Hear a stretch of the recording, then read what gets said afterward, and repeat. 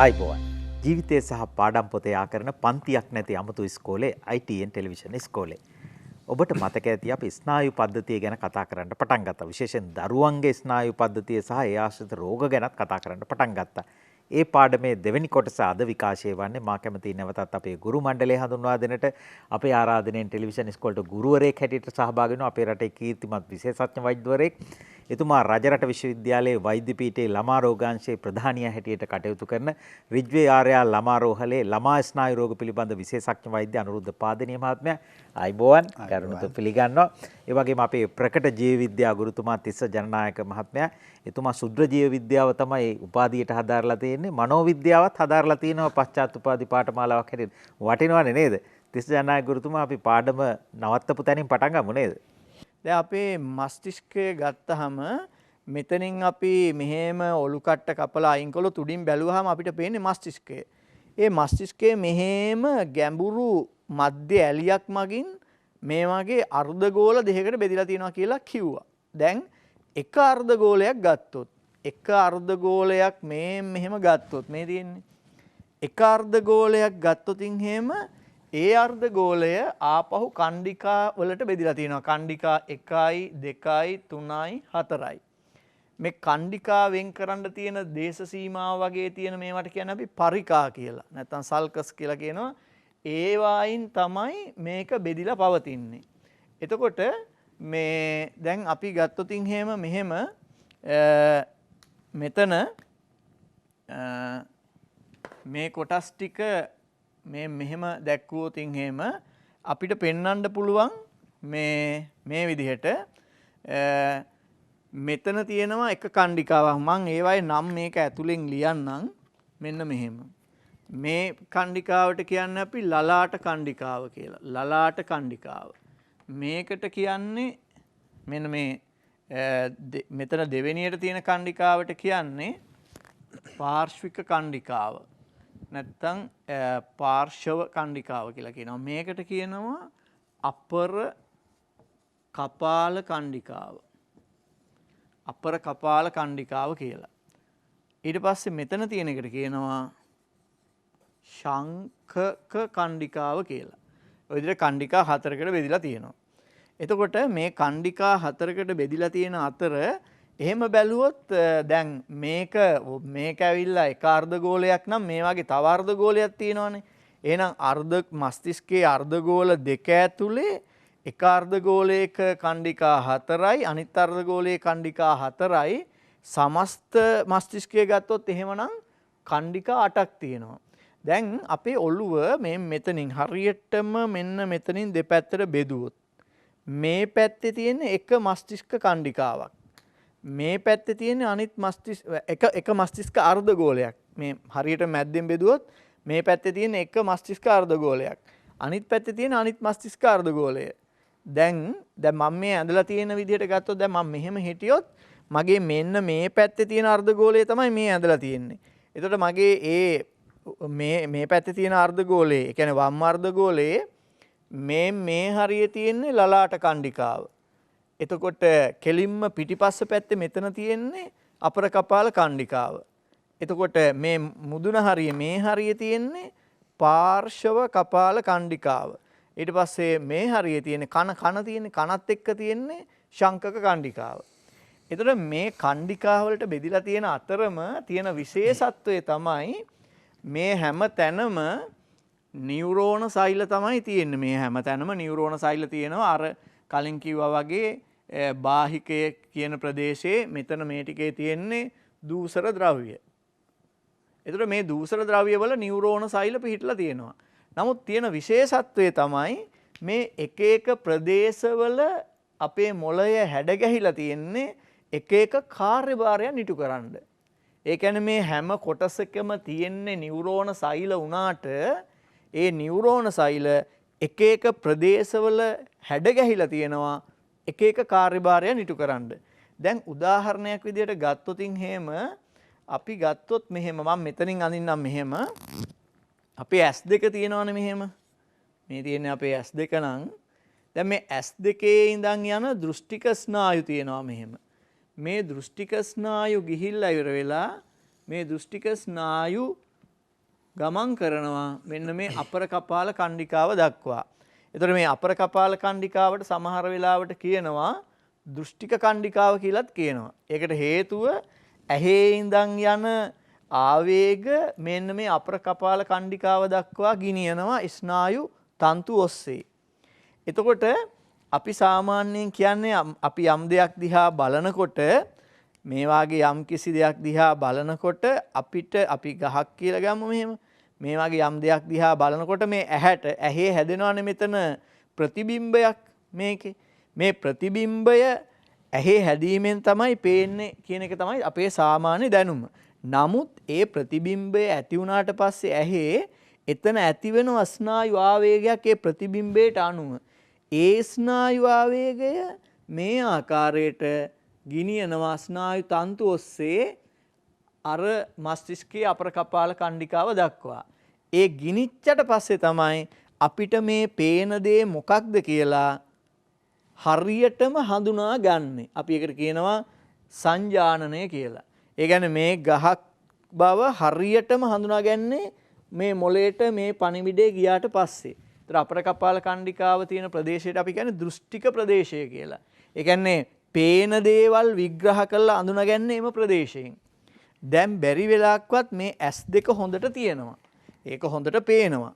මොනවා හරි අනතුරකින් මේ අපර කපාල ප්‍රදේශයේ සෛල මැරුණොතින් එහෙම මේවට හානි වුණොතින් එහෙම S2 තිබුණට පේන්නේ නැතුව යනවා. එතකොට හරි ප්‍රශ්නයක් S2 හොඳට තියෙනවා හොඳට වැඩ කරනවා නමුත් පේන්නේ නැහැ. ඒකට හේතුව තමයි S2 ඉඳන් යන ආවේග ගිනිහිල්ලා ඒ ආවේග නතර වෙන්නේ අපර කපාල කණ්ඩිකාවේ. එතෙන්දි තමයි ඒ ආවේග විශ්ලේෂණය කළා අපිට පේන දේ මොකක්ද කියලා අඳුනගන්නේ. ඒ විදිහට මේ එක ප්‍රදේශවලට කාර්යභාරයන් මහා ගොඩක් පවරලා තියෙනවා. විශාල කාර්යභාරයන් ප්‍රමාණයක් පවරලා තියෙනවා එක ප්‍රදේශවලට වෙන් කරලා තියෙනවා. කියන්නේ ඇත්තටම කියනවා නම් අර යම් දේවල් විමර්ශනය කරන්න, තේරුම් ගන්න, සංජානනය කරන්න එක තැනකට ගෙනියන්නේ නැතුව විවිධ ප්‍රදේශවලට ගෙනිහිල්ලා තියෙනවා. ඉතින් ඒක නිසා මේ අපේ මොළයේ මස්තිෂ්කයේ කොටස. දැන් ඔතනත් හසන්ත මහත්මයා සමහර අය හිතනවා මොළය කියන වචනේ මස්තිෂ්කයේ වචනේ සමානයි කියලා. ඒ කියන්නේ මොළයට කියන තවත් සමාන වචනයක් කියලා. මොළය කියපුවාම මම එදාර ලියලා පෙන්නුවා කොටස් 9ක්. ඒ 9ෙම මොළයට අයිති. මස්තිෂ්කය කියන්නේ ඒ මොළයේ කොටස් වලින් විශාලම කොටස.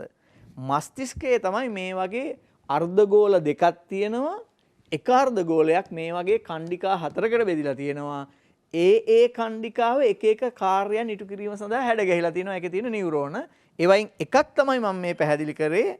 මේ S2 ඉඳන් යන ආවේග ගිනිහිල්ලා වෙලා ස්නායු තන්තු ඔස්සේ අපර කපාල කණ්ඩිකාවට ගෙනියනවා. ඒතකොට අපර කපාල කණ්ඩිකාව හැඩ ගැහිලම තියෙනවා කෙලින්ම පේන දේවල් විග්‍රහ කරලා හඳුනා ගැනීම සඳහා. ඒ විදිහට විවිධ ප්‍රදේශ විවිධ කාර්යයන් සඳහා හැඩ ගැහිලා තියෙනවා. මම හිතන්නේ ඒ තැන් වලට හානි සිදුවීම හේතු කොටගෙන ඒ කාර්යයන් වල අඩුලුහුඩුකම් ඇතිවීම සිද්ධ වෙනවා. මම හිතන්නේ අපේ විශේෂඥ වෛද්‍යතුමා තවදුරටත් මේකේ ප්‍රදේශවල කාර්යයන් පිළිබඳව පැහැදිලි කරා. ලයිෆ්බොයි ෂැම්පූලේද කිරි ප්‍රෝටීන් සහ මල්ටිවිටමින් හිසකෙස් මුල සිට පෝෂණය කර ශක්තිමත් කරයි.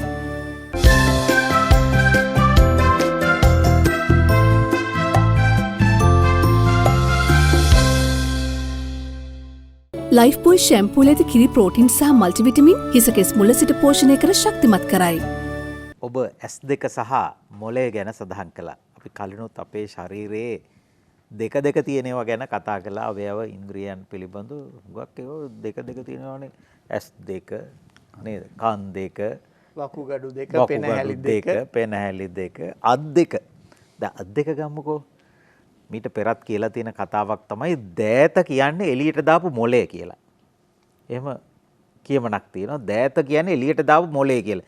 මොළය දන්නේ නැතුව මේක වැඩ කරන්න බෑනේ. උනට සමහරු මන් දැකලා තිනවා මේ කොච්චර උත්සාහ කළත් මෙහෙම තියන් ඉන්න ඒක වෙවුලනවා. ඇඟිලි වෙවුලනවා. වැඩ කරනවා. තරුණ ළමයි මෙහෙම නොඑක ආකාරයෙන් මේ ඇඟිලි වැඩ කරනවා. ඒකට විවිධ හේතුත් ඇති. වෛද්‍ය විද්‍යානුකූලව කියන්න ඕන මේ දෑත අපි කරන ක්‍රියාවන් මොළයේ එක්ක සම්බන්ධ වෙන හැටි. ඒ ක්‍රියාවන් විකෘති වෙන්නටත් මේ පද්ධතියේ තියෙන අවහිරතා දුබලතා හේතු වෙන්න පුළුවන් නේද? විශේෂඥ වෛද්‍යතුමා. ඔව් අර මොලේ කොටස් ගැන මම හිතන්නේ බොහොමයක් ඇවුනන්දු නිසා මෙතන මේ පින්තූරේ බලන්න මේකේ ඔය ඉස්සරහා රතු පාටට බරව තියෙන්නේ අර කිව්ව ලලාට ඛණ්ඩිකාව කියන එක අපි අර ඉංග්‍රීසියෙන් කියනවා ෆ්‍රන්ටල් ලෝබ් කියලා. ෆ්‍රන්ටල් කියන්නේ ඉස්සරහටනේ. මේ ඉස්සරහා එන කොටසට ෆ්‍රන්ටල් ලෝබ් කියලා අපි කියනවා. ඊට පස්සේ ඊට පල්ලෙහායින් තියෙනවා මේ කනට උඩින් තියෙන කොටස මේකේ කොළ පාටින් දාලා තියෙනවා. ඒක අපි කියනවා ශංකක කර්ණිකාව නැත්නම් ඉංග්‍රීසියෙන් කියන්නේ ටෙම්පරල් ලෝබ් කියලා. ටෙම්පරල් මේ කන සම්බන්ධ කොටස. ඊට උඩින් තියෙනවා පෙරයිටල් ලෝබ් කියලා අපි හඳුන්වන එහෙම නැත්නම් පාර්ශ්වික කණ්ඩිකාව තියෙනවා. පිටිපස්සට වෙන්න තියෙනවා. අපි දකින කොළ පාට කොටස ඒ තමයි අර ඇස්වල පෙනීමට වැදගත් වන අපර කපාල නැත්නම් දෘෂ්ටි කොටස කියන එක. ඊට පල්ලෙහාන් තියෙන නිල් පාට එකත් මොකක්ද කියලා කෙනෙක් බලලා ඒක අනුමස්තිෂ්කය. ඒක නැත්නම් කුඩා මොලේ කියන්නේ ඒකයි. ඒක පේනවනේ ලස්සන මේ සමනලෙක් වාගේ ඉන්නේ ඒ කුඩා මොලේ. කුඩා මොලේ රාජකාරි වෙනම පැවරෙනවා. දැන් මස්තිෂ්කයේ කොටස් 4ක් තමයි පෙන්වන්නේ. හැබැයි මස්තිෂ්කයේ කොටස් 4 කියලා කිව්වට අපි ඔතනදී අපි දකින අපිට sannivedana ඇඟට එන කලාප ගැන අපි අදහසක් ගත්තොත් එහෙම ඔතන යට පේනවා අපි අර ස්මෙල් කියලා ලියලා තියෙන්නේ. ඒ තියෙන්නේ දැන් අපි දන්නවා නාහේ මං කිව්වා ඔය කොටසේ තමයි ඔතන පොඩ්ඩක් උඩින් තමයි තියෙන්නේ අර අපි ගිය සතියේ ඉගෙන ගත්ත අපි කියන හයිපොතැලමස් කියන කොටස. ඊට පල්ලෙහෙන් තමයි ඔය ස්වස් කියන්නේ ආග්‍රාණය දැනෙන කොටස එතෙන්ට සම්බන්ධ වෙලා තියෙනවා.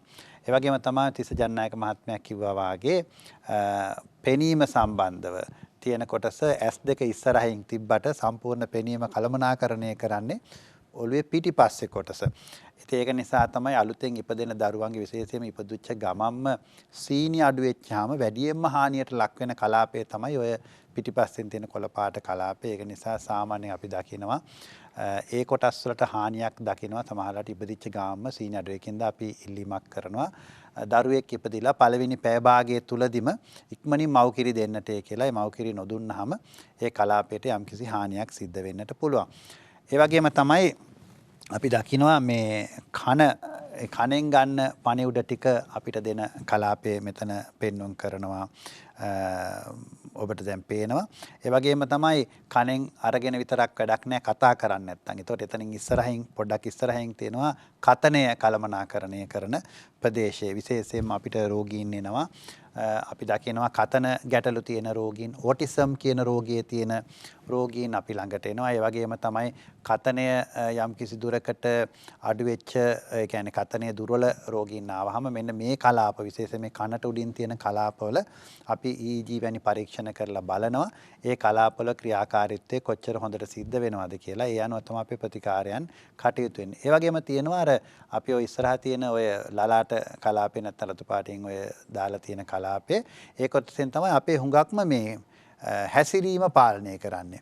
ඉතින් ඔන්න ඒ ප්‍රදේශවලට සමහරලාවට හානියක් වෙලා තිබ්බහම හදිසි අනතුරකින් හෝ වෙනත් කටයුතු වලින් ඒ පුද්ගලයෝ සාමාන්‍ය හැසිරීම තමන් පාවිච්චි කරන භාෂාව එහෙම අපි අර කියන සාමාන්‍ය සભ્યත්වයෙන් එහාට යන කලාපයක සිද්ධ වෙන්න පුළුවන්. විශේෂයෙන්ම සමහරට මොලේ ඒ ප්‍රදේශයේ ගෙඩියක් වාගේ එනවනම් ඒක වෙන්න පුළුවන්. ඒ කලාපය තමයි ඔළුවේ ලොකුම කලාපය. ඔය ෆ්‍රන්ටල් ලෝබ් කියන එක. ඒ වගේම තමයි අපිට සායනික වශයෙන් තියෙන අනිත් ප්‍රශ්නයක් තමයි මේ කලාපය තුළ දැන් අපි අර ඔළුව පරීක්ෂා කරන්න අපි EEG කියන පරීක්ෂණය කරනවානේ. ඒ පරීක්ෂණය කරනකොට ඔළුව ලොකුම කලාපය නිසා අපි දකිනවා අර EEG අපි තියනකොට මෙහෙම තනින් ඒ කලාපය ටිකක් ඈතින් තියවෙන්නේ. හේතුව දැන් ලොකුම කලාපය නිසා. ඒක නිසා සමහර විට අපිට අහු නොවෙන්න පුළුවන්. සමහර මේ ඔළුවේ ඉස්සරහින් ඇති වෙන අපස්මාරය අපිට EEG එකේ අපේ සංවේදීතාවයේ ටිකක් අඩුයි අනිත් කලාප වලට සාපේක්ෂව. දැන් පිටිපස්සේ කලාප වල එහෙම සාමාන්‍යයෙන් අපිට ඒ කලාපෙන් අපස්මාරය එනවනම් EEG පරීක්ෂණයෙන් හඳුනා ගන්න තියෙන තරම් පහසුවෙන් අර කොටස් හඳුනා ගන්න බැරි වෙනවා. ඒ වගේම තමයි අර තිස්ස ජනනායක මහත්මයා කිව්වා අර ඔළුව එහෙම පැතලිව නෙමේ තියෙන්නේ සංවලිත හැටියට ඉස්සිලා සහ කාත හැටියට පල්ලෙහාට ගිහිලා සැරින් සැරේ. ඒතර ඒ කලාප ප්‍රමාණයත් මේ ඉස්සරහා මේ ලලාට කියන පාර්ශ්වික ඒ කොටසේ වැඩි. ඒක නිසාත් අපිට සමහරවිට ඒ කොටසේ ටිකක් අපස්මාරය සැඟ වෙනවා වැඩි. ඒ වගේම තමයි පාලනය කරගන්න සාමාන්‍යම ඉදිරියෙන් එන අපස්මාර වර්ග ටිකක් අමාරුයි. ඔබ මේ භාෂා ප්‍රශ්නයක් සඳහන් කළා. භාෂා ප්‍රශ්නයක් ගැන කිව්වා. ඒ කියන්නේ නිතර බැන කෑ ගහා ඉන්නගේ මොලේ ප්‍රශ්නයක් තියෙනවද මොකක්ද? ඒ කියන්නේ හැසිරීම පාලනය කරන්න දෙන්නේ ඉස්සරහ කොටස. ඉතින් සාමාන්‍ය ඉස්සරහ කොටස අපි හිතමුකෝ හදිසි අනතුරකින් හරි නැත්නම් වෙන ඇබැද්දියකින් ඔලුවට හානියක් වෙලා හරි එහෙම නැත්නම් ඔලුවට ඔලුවේ ගෙඩියක් හැදිලා හරි ඒ ප්‍රදේශ සාමාන්‍යයෙන් හානියක් වෙලා නම් බොහෝ විට හැසිරීම ඔබ දකිනවා සමහරවිට ඒ ප්‍රදේශයේ ආපුවාම හරි සැරයි ලෙඩා හැටියට ඉන්නකොටත් සාමාන්‍ය සංයමයකින් ඉන්නවට වඩා ටික අසංයමයෙන් ඉන්නේ තත්ත්වේ එනවා මේ ඔළුවේ ඉස්සරහ කොටස් වලට වෙන හානියත් එක්ක. දරුවන්ගෙත් එහෙම වෙන්න පුළුවන්. දරුවන්ගෙත් එහෙම වෙන්න පුළුවන්. හැබැයි ඒක විතරක්ම ගන්න විදියකුත් නැහැ. නමුත් දල වශයෙන් හැසිරීම කොටස් වල ගොඩක් අංශ පවතින මේ ඉස්සරහ කොටසේ. එතකොට මේ අර පාර්ශ්වික කණ්ඩිකාව කිව්ව මේ හරියේ තියෙන කණ්ඩිකාවට හානියක් වෙච්චාම අපි හිතමුකෝ කෙනෙක් ඒ කොටස් වල වැදගත්කම තමයි දැන් අපිට පුළුවන් සාක්කුවට අත දාලා මේ ඒක බලන්නේ නැතුව මේකේ රුපියලක්ද නැත්නම් දෙකක්ද 725ක්ද කියලා හිතා ගන්න. නැත්නම් අල්ලලා බලලා කියන්න පුළුවන් මේක යතුරක්ද තියෙන්නේ නැත්නම් වෙන කූරක්ද කියලා අපිට මේ ස්පර්ශ සංවේදන වලින් අපිට කියන්න පුළුවන් මේ දැන් දැක්කහම නම් කියන්න පුළුවන් රුපියල් 2 කාසියක් කියලා. එහෙම නැතුව අර ඒකේ ප්‍රමාණය අන්න ඒ කටයුතු ටික සාමාන්‍යයෙන් හොඳින් සිද්ධ වෙන්නේ මෙහි. දැන් මට මතකයි මම මෙහි ඔක්ස්ෆර්ඩ් විශ්වවිද්‍යාලේ ඉගෙන ගන්න කාලේ එහෙ මේ එක දරුවෙක් හොඳට ෆුට්බෝල් සෙල්ලම් කරන හොඳ දරුවෙක්. නමුත් ඇවිල්ලා කිව්වා මේ මගේ මේ හිටපු කන්සල්ටන්ට් එයා කිව්වේ මේ අර ඉස්සර වාගේ කාසිය අඳුර ගන්න බෑ කියලා. කිව්ව ගමන්ම ස්කෑන් පරීක්ෂණය කරලා බලපුවාම හරියට මේ කලාපේ තමයි සාමාන්‍යයෙන් ඒ ගෙඩිය තිබ්බේ. ඒ වගේම තමයි කනට උඩින් කොටස මේ ශංකක කොටසෙන් තමයි අපේ පණිවිඩය කියන්නේ කතනය සම්බන්ධ කොටස් ටික සම්බන්ධීකරණය කරන කතනය ඇත්තටම අපි සරලව ගත්තට කතනය සිද්ධ වීම සඳහා කොටස් ගොඩකට යනවා. කණෙන් පණිවිඩය එන්න ඕනේ. ඒ පණිවිඩේ බුද්ධිමය වශයෙන් විග්‍රහ වෙන්න අවශ්‍යයි. විග්‍රහ වෙලා කතා කරන දේ තීරණය කරන්න අවශ්‍යයි. ඊට කතා කරන දේ තීරණය කරාට පස්සේ මොලේ කතනය මුදාහරණ කණ්ඩායම මේක මුදාහරින්න අවශ්‍යයි. මුදාහැරියට පස්සේ උගුරේ මේ ෆොනේෂන් නැත්නම් සද්දේ බිහි කරන කොටස් ඒ ශබ්දේ බිහි කරන්න අවශ්‍යයි. ඒ ශබ්දේ බිහි කරාට පස්සේ කට දත් ඇතුළු මේ කලාපයේ තියෙන පේශිවල කළමනාකරණයෙන් තමයි ඒක විවිධ ස්වරයන් වලට මුසු කරලා අපිට එළියට දෙන්නේ. එතකොට මේක ඉතාමත්ම සංකීර්ණ පද්ධතියක්. එතකොට අපි බලනවා දැන් මේ කතනය යම් කිසි දුර්වලයි කියලා එන කෙනාගේ අපි දරුවගේ අධ්‍යයනය කරලා බලනවා කනේ ප්‍රශ්නයක්ද බුද්ධිය නැත්නම් එතන එක නිර්මාණය කරන බුද්ධිමය කොටස අපි එකට කියනවා කොග්නිටිව් කියලා. ඒ කොටසේ ප්‍රශ්නයක්ද නැත්නම් ස්වරාලයේ ඇතුළු මේ කරන අනිත් කොටස් වල ප්‍රශ්නයක්ද. ඒ විදිහට තමයි අපි බාර දෙන්නේ එක එක කොටස් අපි එකට මොන පරීක්ෂණද කරන්න කියන එක තීරණය වෙන්නේ මේ කලාපවල ඇති වෙන යම්කිසි කටයුතු මත පදනම් වෙලා තමයි. අමතර ප්‍රශ්නයක් මේ කතන චිකිත්සාව කියලා විෂයක් තියෙනවානේ. දැන් කතනාබාධ තියෙන දරුවන්ට එහෙම ඒ කතන චිකිත්සාව මගේ ඒක යථා තත්ත්වයට පත් කරගන්න උදව් කරනවා. ඔබ කියන දුර්වලතාවය හොඳ. සමහරට මොලේට දෙන උත්තේජන හරහා වෙනවද කියලා හිතච්චා දැන් අර ඩොල්ෆින් මාළු එහෙම යොදාගෙන කතා කරන්න බැරි දරුවන්ට ඩොල්ෆින් මාළු ආශ්‍රය කරන්න දීලා ඒ යම් යම් ක්‍රියාකාරකම් වලට යොමු කරලා කාලයක් ගත වෙනකොට අර දරුවොත් ප්‍රතිචාර දක්වනවා අරයත් ප්‍රතිචාර දක්වනවා ඊට පස්සේ කාලයක් යනකොට මේ දරුවා කතා කරන්න පටන් ගත්ත අවස්ථාව මම දැකලා තියෙනවා. MC ආකාරයේ මේ මොලේට උත්තේජනය දීමක්ද සිද්ධ වෙන්නේ කියලා හිතනවා. ඔව් ඒක තමයි කතනය කියන එක දැන් සරලව ගන්න බෙකන්නේ සංකීර්ණ ක්‍රියාවලියක්. අපි ඒකට අඩුම ගානේ මූලිකව හිතනවා රිසෙප්ටිව් ස්පීච් and expressive speech කියලා. රිසෙප්ටිව් කියන්නේ අපේ කන වැඩ කරන්නේ නැත්තම් ඒ දරුවා ජීවිතේට කියන වචන අහලා නැත්තම් කොහෙන්ද වචන නිර්මාණය කරන්නේ. එතකොට ඒක නිසා ඉස්සල්ලාම කන ඇහෙනවද? කන ඇහෙන එක කොච්චර ගුණාත්මක වැහෙනවද? ඒ ඇහුණ පළියට මදි ඊට පස්සේ ඔළුවේ ගිහිල්ලා මේ කතනය අර කලින් ඒ කතනය ඇතුලේ නිර්මාණය කරලා ඒ කතනය කොග්නිටිව්. ඒ කියන්නේ බුද්ධිමය කොටසක් තියෙනවානේ. කතා කරන්න ඕනේ දේවල් මොනවද? වචන තේරුම් අරගෙන වචනවල තේරුම් භාෂාව අනුව ඒක හසුරවන එක. ඒ කොටස දෙක කියලා ගමුකෝ. තුන්වෙනි කොටස තමයි ඔබ කිව්වේ මේක පල්ලෙහාට වෙලා කතාව ආරම්භ වුණාම මේ ස්වර වලින් සද්දේ නිර්මාණය කරනවා. ඊට පස්සේ ඒවා විවිධ වචන වලට නිර්මාණය කරන නාටික. එතකොට අපි ඔය ස්පීච් තෙරපිස්ලා කියලා ඉන්නවනේ කතන පුහුණුව. ඒ කට්ටියට පැවරෙන්නේ මූලිකව අර කටයුතු. කන පැත්ත පැවරෙන්නේ අපේ ENT කියලා නැත්නම් උගුර කන නාසය දන්න වෛද්‍යවරුන් තමයි ඒක පැවරෙන්නේ. අපිට පැවරෙන්නේ මේ දෙක අතර මැද කොටස. මේ බුද්ධිමය කතනය කියන කොටස තමයි අපිට පැවරෙන්නේ. ඉතින් මේ ආකාරයට තමයි යන්නේ. දැන් ඔය ඕටිසම් රෝගය නැත්නම් අපි ඕකෙදි හඳුන්වනවානේ ඔය කියන ලැන්ඩෝ ක්ලෙෆ්නර් සින්ඩ්‍රෝම් කියලා කතනයේ දුර්වල ඒ අය මේකෙදී වැටෙන්නේ බුද්ධිමය කොටසට සම්බන්ධ කරලා තමයි. ඒ වගේම තමයි සමහර අය කතා කරන එක අඩුයි කොහොමදත්. ඒ කියන්නේ ඒ කට්ටියගේ පර්සනැලිටි එක නැත්නම් ඒ කට්ටියගේ පෞරුෂය හැටියට සමහරු ඔක අහලා තිබ්බා ඇල්බර්ට් අයින්ස්ටයින් අවුරුදු 4 ඉදී පළවෙනි වතාවට කතා කරපම ඇයි කතා කරන්නේ නැත්තේ කියලා මට කතා කරන්න හේතුවක් තිබ්බේ නැහැ කියලා. ඒක නිසා දරුවා කොච්චර දුරකට තේරුම් ගන්නවද කියන කාරණේ පළවෙනි දේ තේරුම් ගන්න දේ කොච්චර නිර්මාණය කරනවද කියන කාරණේ දෙවෙනි එක තුන්වෙනි එක තමයි දරුවා මේ ශබ්දේ පිට කරලා ඒක කොහොමද කළමනාකරණය කරන්න කියන සහ යාගේ පෞරුෂය. ඉතින් මේ විදිහට මේක සංකීර්ණව මේ එක එක කාර්යභාරයන් ගොඩක් පැවරෙනවා. ඒ වගේම තමයි තිස්ස ජනනායක මහත්මයා එකේදී කිව්වා මේ S ගැන. දැන් ගොඩක් කට්ටිය අපි දැන් මේ S2කින් ගත්තාම S2 කාච දෙකක් තියෙනවානේ. කාච දෙක පිටිපස්සේ තියෙනවා රෙටිනා කියලා. ඒකට දැන් අර පින්තූරේ අර මේ අපි ඡායාරූප ශාලාවකට ගියාම නැත්නම් කැමරාවකට ගියාම වගේ මේක පතිත වෙනවා. පතිත වෙච්ච පළියට මේකේ තියෙන පින්තූරේ මොකක්ද කියලා දැන් ඊට පස්සේ ඔප්ටික් නර්ව් එකෙන් නැත්නම් ඒ මේ පින්තූරේ ගෙනියන ස්නායුවෙන් ගෙනහිල්ලා අන්තිමට කෙලවර කරන්න ඔළුවේ පිටිපස්සෙන්. එතකොට අපිට කෙනෙකුට පේන්නේ නැති වෙන්න පුළුවන් එකක් මේ කාචයේ සුද තියෙනවා. එහෙම නැත්නම් අර රෙටිනා එකෙන් පින්තූරේ ගන්න නැත්නම්. නැත්නම් ඒ ස්නායුවට මග කොච්චර දුරක් යනවද? ඇහි ඉස්සරහින් ඉඳලා මෙතෙන්ට එනකන් යන්න බෑ. ඒ මාර්ගය තුලදී හානියක් වුණත් එතකොට ඇහෙන්නේ. ඒසර මේවා පරීක්ෂා කරන ක්‍රම තියෙනවා. අපි ඉස්සල්ලාම් බලන ඇහැ පේන්නේ නැහැ කියලා කිව්වහම අපි අක්ෂි වෛද්‍යවරයෙක් ලව බලනවා. ඇහි කොටස් ටික පිළිවෙලට තියෙනවා. ඊට පස්සේ වැඩ කරනවාද බලන්න අපිට VEP කියලා පරීක්ෂණයක් තියෙනවා. අපි මෙහෙන් ලයිට් එකක් ගහලා අපි මේ පැත්තෙන් විදුලිය නැත්නම් ඒ ගිය ඒක විදුලියකට පරිවර්තනය වෙලා නැහැ. ඒක පිටිපස්සට ගියාද කියලා බලනවා. ඊට පස්සේ අපි MRI වාගේ ස්කෑන් යන්ත්‍ර පාවිච්චි කරලා බලනවා මේ පැත්තේ කලාප ටික නිවැරදිව ප්‍රශස්තව තියෙනවා නැත්නම් අඩුපාඩු සහිතව තියෙනවා.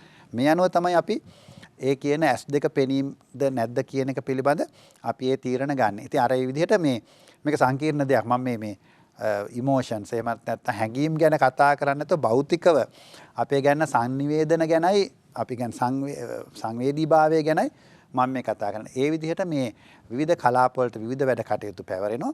ඒ වගේම මේවා අතර සම්බන්ධීකරණය හොඳින් සිද්ධ වෙන්න අවශ්‍යයි. ඒ අනුව තමයි මොලේ ක්‍රියාකාරීත්වය අපිට මේ විදිහට සාර්ථකව අපිට මේ කටයුතු සම්බන්ධීකරණය කරගන්න වෙන්නේ.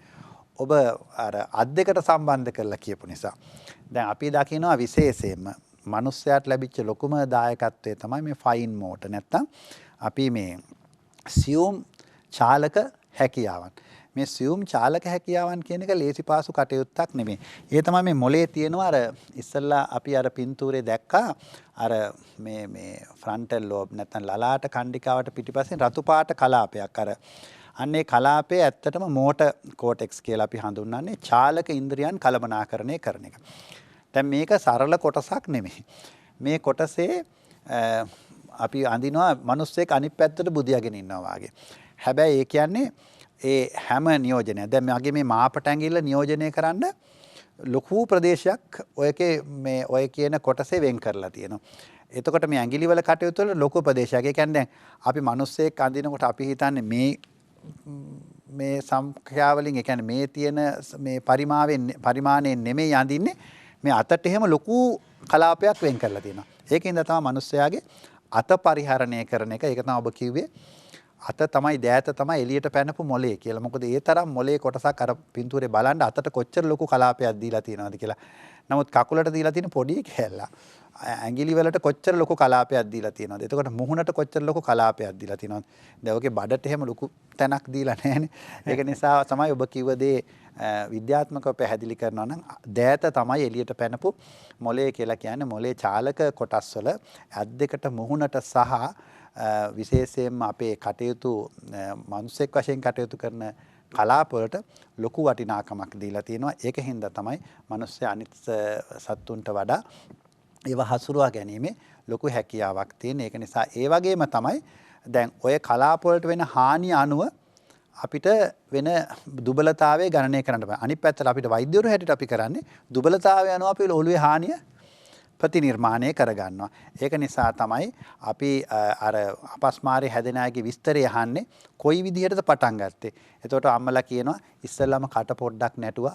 ඊට පස්සේ මේ විදිහට වුණා. ඊට පස්සේ අත මෙහෙන් පැත්තට ගියා. ඒ කරුණු කියනකොට අපිට හිතා ගන්න පුළුවන් මොලේ කොයි කොටස් වලද මේ කියන මේ ස්නායු ගමන් කිරීම සිද්ධ වෙන්නේ. ඊට පස්සේ අපි පරීක්ෂණ කරලා බලනවා මේ විශේෂයෙන් EG වැනි පරීක්ෂණ කරලා බලනවා ඒ කලාප වෙනස් වීම කොහොමද කියලා. ඒ අනුව තමයි අපි ඖෂධ සහ අනිකුත් ප්‍රතිකාර ක්‍රම තීරණය කරන්නේ. හොඳයි. ස්නායු පද්ධතිය ගැන අද ටෙලිවිෂන් ඉස්කෝලෙන් කතා කරන්නේ මට අවසර දෙන පාලක මැදට යන පණිවිඩ කිහිපයක් සඳහා. ලයිෆ් බෝයි ෂැම්පූල ඇති කිරි ප්‍රෝටීන් සහ මල්ටිවිටමින් හිස කෙස් මුල සිට පෝෂණය කර ශක්තිමත් කරයි.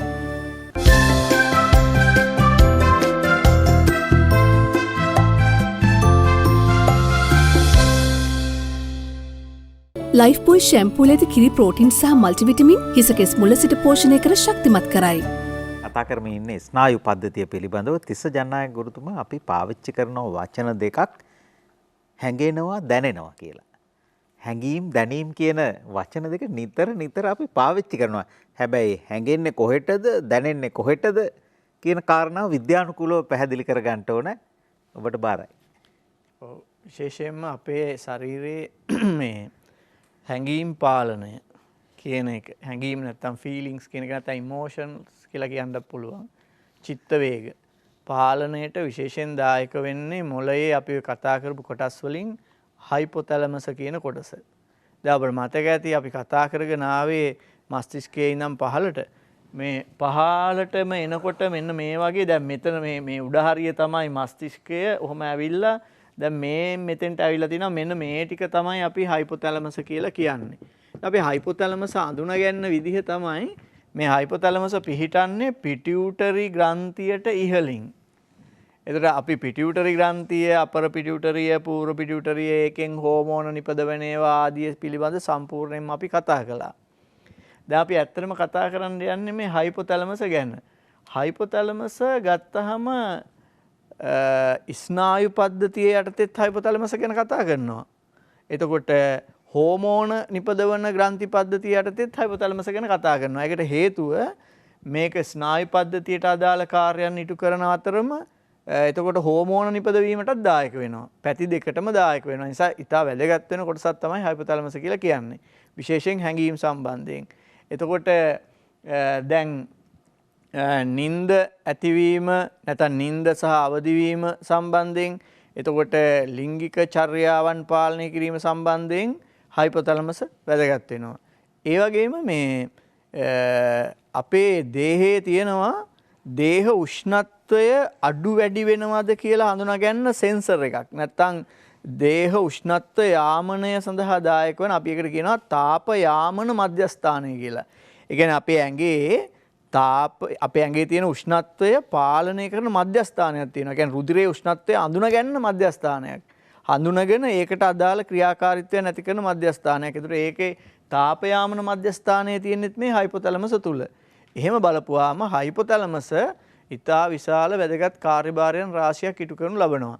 ඒ වගේම මේ හයිපොතැලමස්යේ තියෙන විශේෂ ලක්ෂණයක් තමයි මේ හයිපොතැලමස්යේ තියෙන සමහර නියුරෝන සෛල තියෙනවා මෙහෙම මේ විදිහට තියෙන නියුරෝන සෛල ඒවාය කෙලවරවල් සමහර වෙලාවට තියෙන්නේ මේ අපර පිටියුටරිය මේ කෙලවරේ මෙතන තියෙන්නේ.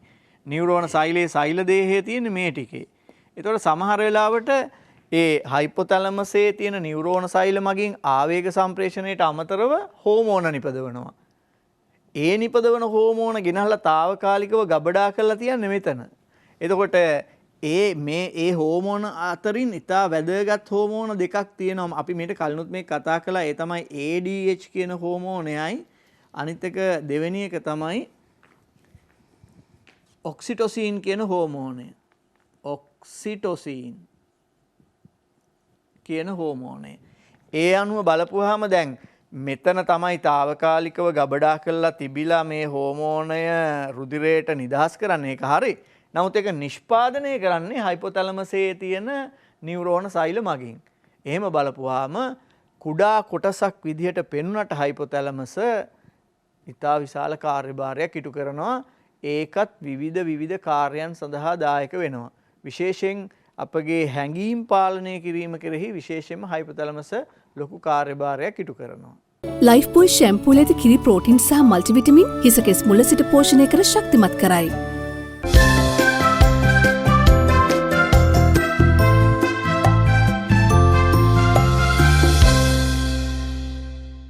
ලයිෆ් බෝයි ෂැම්පූල ඇති කිරි ප්‍රෝටීන් සහ මල්ටිවිටමින් හිස කෙස් මුල සිට පෝෂණය කර ශක්තිමත් කරයි. හොඳයි විශේෂඥ වෛද්‍යතුමා. ඔව් මම හිතන්නේ අපේ සිරුරේ තියෙන වැදගත්ම ඉන්ද්‍රියක් තමයි මේ හයිපොතැලමස්. අර ඉස්සල්ලා කිව්වා වගේ මස්තිෂ්කයේ තියෙන ඊට පස්සේ තැලමස් කියන ග්‍රන්ථිය තියෙනවා. තැලමස් එකට පල්ලෙහායින් තමයි හයිපොතැලමස් තියෙන්නේ. දැන් අපි තේරුම් කිරීම සඳහා අපිට කියකි දැන් මේ නාහේ දැන් හයිපොතැලමස්ේ ශල්‍ය කර්ම කරන්නේ මෙහෙම මූණ උස්සලා මෙතන මේ නාහේ ඇතුලෙන් තමයි ශල්‍ය කර්මයට යන්නේ. එතකොට එතනින් ගිහිල්ලා අපි දකිනවා මේ ආග්‍රාණ කරන පටලයේ තියෙන ඊට ටුට්ටක් උඩින් තමයි පිටියුටරිය සහ මේ හයිපොතැලමස් කියන කොටස තියෙන. විශේෂයෙන් පිටියුටරි ග්‍රන්ථියේ ශල්‍ය කර්ම සඳහා අවතීර්ණය වෙන්නේ ඒ ක්‍රමයට. එතකොට දැන් මෙතන මේ පින්තූරය ඔබට පැහැදිලිව පේනවා.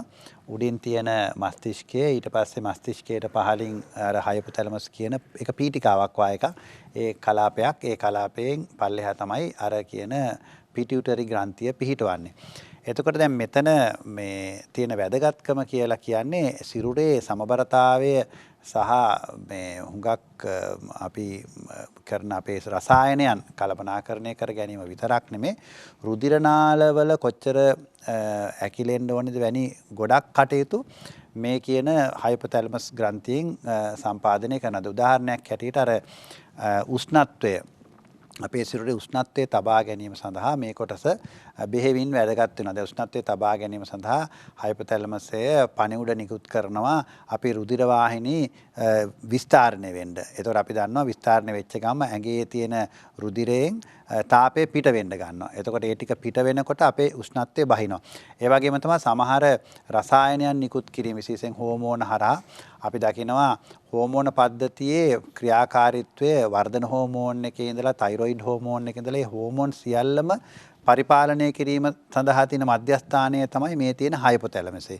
ඒක නිසාම සිරුරේ උෂ්ණත්වයේ විතරක් නෙමේ සමහරලාවට අපි අපේ කුසගින්න ඒ වගේම අපි සමහරලාවට පිපාසය වැනි දේවල් ඒ වගේම අපි හදිස්සි අවස්ථාවක අපි ප්‍රතිචාර දැක්වීම වැනි දේවල් ඇතුළු කරුණු රාශියක්ම ඒවා සම්බන්ධීකරණය කිරීම කළමනාකරණය කිරීම බාරව වැඩ කරන අංශය තමයි මේක. ඒ වගේම තමයි අර මෙතුමා රිසජන්නායක මහත්මයා කිව්වා වාගේ ඒ හෝමෝන් හරහා සිද්ධ වෙන කටයුතු දරුවෙක්ගේ නම් වර්ධනයෙන් පටන් ගත්තාම බුද්ධි වර්ධනය ක්‍රියාකාරීත්වය ඊළඟට සීනි ඇතුළු අනිකුත් රසායනයන් ඇඟේ කළමනාකරණය කිරීම ඒ වගේම ලවණ ටික සමතුලිත තත්වය තබා ගැනීම ඒ සියලු කටයුතු ටික පිළිබඳ මූලික කළමනාකරණය කරන්නේ මේ තියෙන හයිපොතැලමස් කියන කොටස. ඒක නිසා විශේෂයෙන්ම හයිපොතැලමස් එක ඒවට යම්කිසි හානියක් වෙච්චාම අපේ සමහරට උෂ්ණත්වය වැඩි වෙලා කෙනෙක් එන්න පුළුවන්. එතකොට අපි හිතන උණ කියලා. ඒ උණට හේතුව විස බීජයක් ඇඟට ඇවිල්ලා නෙමෙයි. ඒ කලාපයේ සමහරලාවට අපි හිතමුකෝ ගෙඩියක් හැදිලා වාගේ තියෙනවා නම් අපිට ඉහළ උෂ්ණත්වයක් තියෙනවා. අපි විස බීජ වාගේ දේවල් පිළිබඳ කරන පරීක්ෂණ ටික කරලා බලපුවම විස බීජයක් ඇඟට ගිහිල්ලා බවක් පේන්නේ නැහැ. ඊට පස්සේ අපි සමහරලාවට ඒ උණ පාලනය කරගන්න බැරි වෙච්චාම අපි අර කියන ස්කෑන් යන්ත්‍රයකින් අරගෙන බලපුවම මේ කලාපයේ සමහරලාවට යම්කිසි හානියක් වෙලා හෝ යම්කිසි ගෙඩියක් හැදීම වාගේ දෙයක් තියෙනවා වෙන්න පුළුවන්. ඒ වගේම තමයි පිටියුටරි ග්‍රන්ථිය ඊට පල්ලෙහෙන් තියෙන එක ඉදිමෙනකොට හෝ ඒ විශාල වීමක් සිද්ධ වුණොත් අර මං කිව්වේ ඇහි තියෙන ස්නායු දෙක පිටියුටරි ග්‍රන්ථියේ වටේ ගිහින් තමයි පිටිපස්සට යන්නේ. එතකොට අර ග්‍රන්ථිය ලොකු වුණොත් එහෙම අර ස්නායු මේ ඇහෙන් යන දුෂ්ටික ස්නායු දෙකේ ඇතුල් කලාපයේ තියෙන ස්නායු ටික තමයි ඉස්සෙල්ලම හානියට ලක් වෙනවා. ඇතුල් කලාපයේ දෙක හානියට ලක් වෙච්චාම මේ ඇහි පිහිටලා තියෙන්නේ කොහොමද? ඇතුල් කලාපයක ඉන්නේ මෙහාට. එළිය කලාපය කියන්නේ මෙහාට. එතකොට එළිය කලාපයෙන් ගන්නෙ මේ පැත්තෙන් එන මේ පින්තූර ටික. මේ පැත්තේ කලාපයෙන් ගන්නෙ මෙහෙන් එන පින්තූර ටික. එතකොට අපිට මොකද වෙන්නේ? අර ඇතුලේ කලාපේනේ අතන පිටියුටරි ග්‍රන්ථිය ලොකු වෙච්චාම හානිය වෙන්නේ. ඒ හානිය වෙච්චාම අපිට පේන්නේ දෙපැත්ත පේන්නේ මැද කොටස විතරක් පේනවා. හරියට අපි බටයකින් කවුරු හරි දිහා බලනවා කියලා. ඒකට අපි ඉංග්‍රීසියෙන් කියනවා ටනල් විෂන් කියලා. ඒතර යම්කිසි කෙනෙක් ඇවිල්ලා අපිට පේන්නේ මේ කොටසයි විතරයි කියලා කිව්වම අපි අර දෘෂ්ටි බලන අයට කියලා පරීක්ෂණයක් කරලා බලපුවම මේ කියන දරුවට දෙපැත්ත පේන්නේ මැද විතරයි පේන්නේ. ඒතකොට අපි සැක කරනවා එහෙනම් මොලේ පිටියුටරි ග්‍රන්ථියේ හයිපොතැලමස් ඉන්ද්‍රිය තියෙන හරියේදී සමහරලාට හානියක් වෙලා ඇති කියලා. ඒ වගේම තමයි බඩගින්න පාලනය මේ හුඟක් කටයුතු විශේෂයෙන් ශ්වසනය හැර ඉතුරු බොහෝමයක් ඒවා පාලනය කිරීම සඳහා මූලික න්‍යායන් ටික කළමනාකරණය කරන්න මේ හයිපොතැලමස් කියන ප්‍රදේශය. තමන්ට තියෙන්නේ ස්නායු රෝගයක් ස්නායු පද්ධතිය ආශ්‍රිත රෝගයක් කියලා හඳුනා ගන්නට පුළුවන් සාමාන්‍ය සරල නිරීක්ෂණ මොනවද? රෝග ලක්ෂණ හැටියට පේන දේවල් මොනවද විසඳන වෛද්‍යතුමා? ලයිෆ් බෝයි ෂැම්පූල ඇති කිරි ප්‍රෝටින් සහ මල්ටිවිටමින් හිස කෙස් මුල සිට පෝෂණය කර ශක්තිමත් කරයි.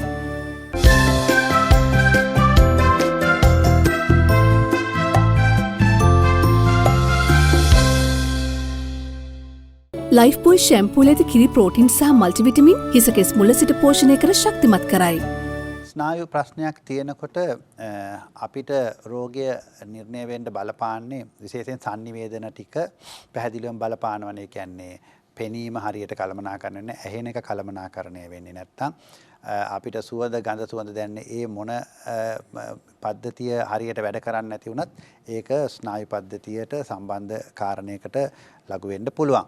ඒ වගේම තමයි දරුවෝ පැත්තෙන් අපිට ගත්තොත් එහෙම සංජානනයේ අඩුපාඩු දරුවා ඉපදෙනකොට මම ඉස්සෙල්ලා සතියෙදිත් කිව්වා අර ඔළුව ඇනෙන් කෙෆල ඔළුව හරියට නිර්මාණය වෙලා ඔළුවේ ප්‍රමාණය හරියට නිර්මාණය වෙලා නැත්නම් අපිට සැක කර හැකි ඔළුව හරියට වැඩ කරලා නැත්නම් හොඳට ප්‍රශස්ත විදියට නිර්මාණය වෙලා නැතිය කියලා.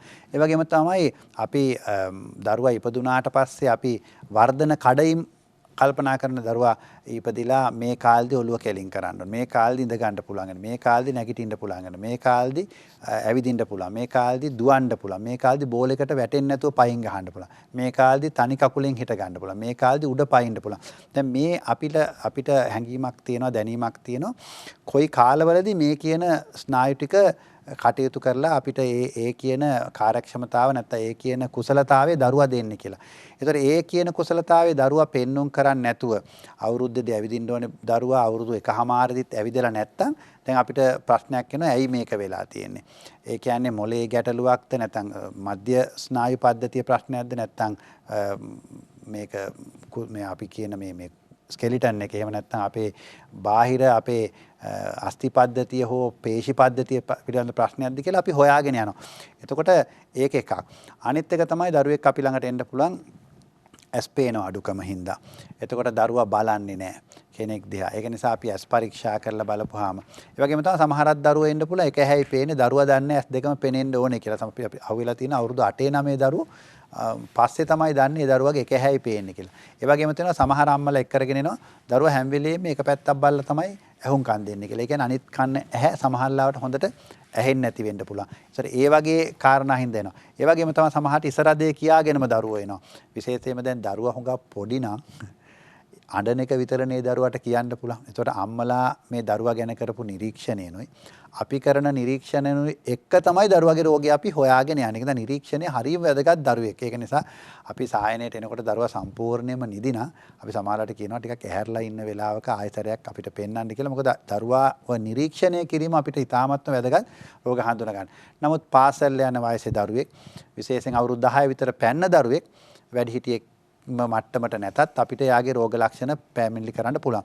ඒතකොට ඒ වගේ දරුවෝ අපිට ඉස්සරහදී පැමිණිලි කරන්න පුළුවන්.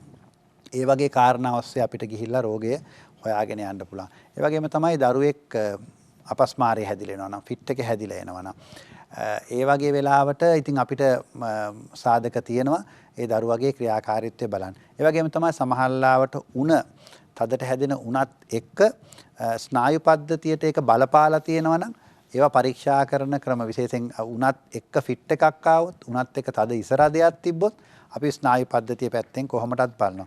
ඒ නැතත් අපි උණ තියෙනකොට අපි පරීක්ෂා කරලා බලනවා මේ විස බීජය ඔළුවට සම්බන්ධව ගිහිල්ලා තියෙනවද කියන එක. ඒ වගේම තමයි දරුවගේ හැසිරීම. මේ මෑතක සිට ඒක අපිට ටිකක් වැඩිපුර අපි දකිනවා.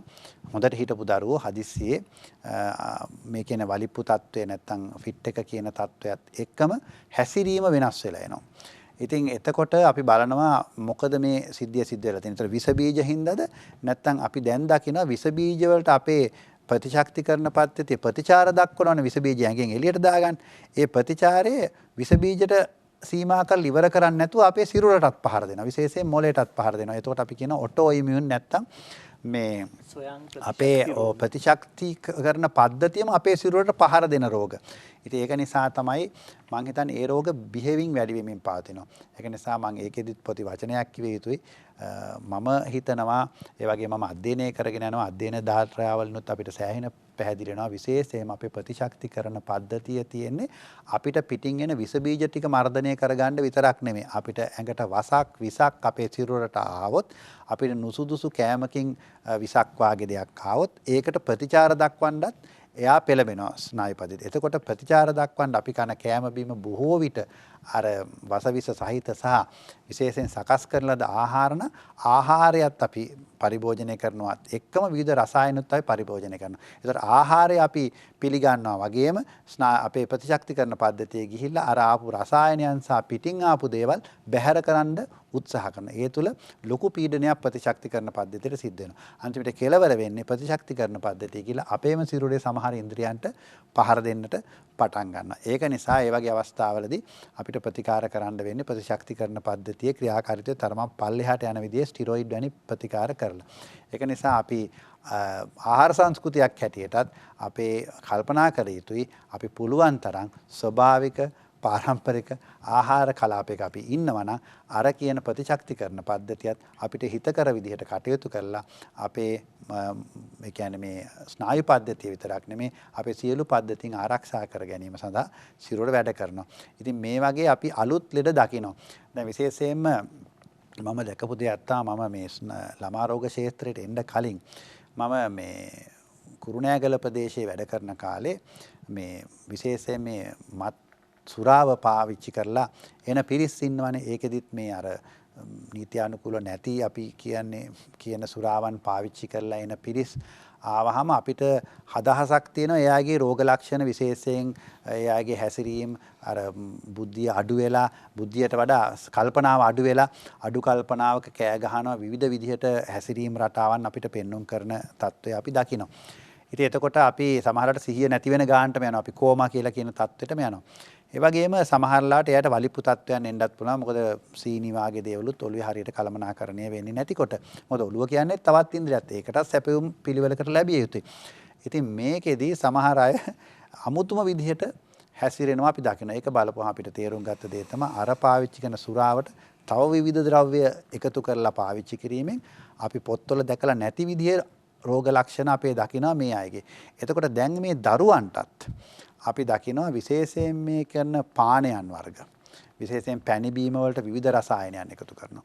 කෑම වලට විවිධ රසායනයන් එකතු කරනවා. මේක නිසා දරුවන්ගෙනුත් සමහර වෙන රෝග අපිට අපේ තියෙන දැනුමෙන් අවසානයේ පිළිතුරක් දෙන්න බැරි වෙන තත්වයක සමහර රෝග ලක්ෂණ මතුවෙන යුගයක් ආරම්භලා තිනවා. විශේෂයෙන්ම මේ පසුගිය අවුරුදු 2-3 තිස්සේ අපි ස්නායු වෛද්‍යවරු හැටියටත් ළමා රෝග වෛද්‍යවරු හැටියටත් තරමක් අසන්තෝෂයෙන් සහ අවාසනාවයි කියලා අපි හිතනවා. මොකද දරුවන්ට මෙච්චර පැහැදිලි ආහාර තියෙන රටක අපි ඇයි මේ සුදුසු නැති ආහාර දීලා ලෙඩ කරලා අපි ළඟට අරන් එන්නේ කියන කාරණයක් මතුවෙමින් තියෙන. ඒක නිසා ඔබ ඇහුවේ රෝග ලක්ෂණ මොනවද කියලා.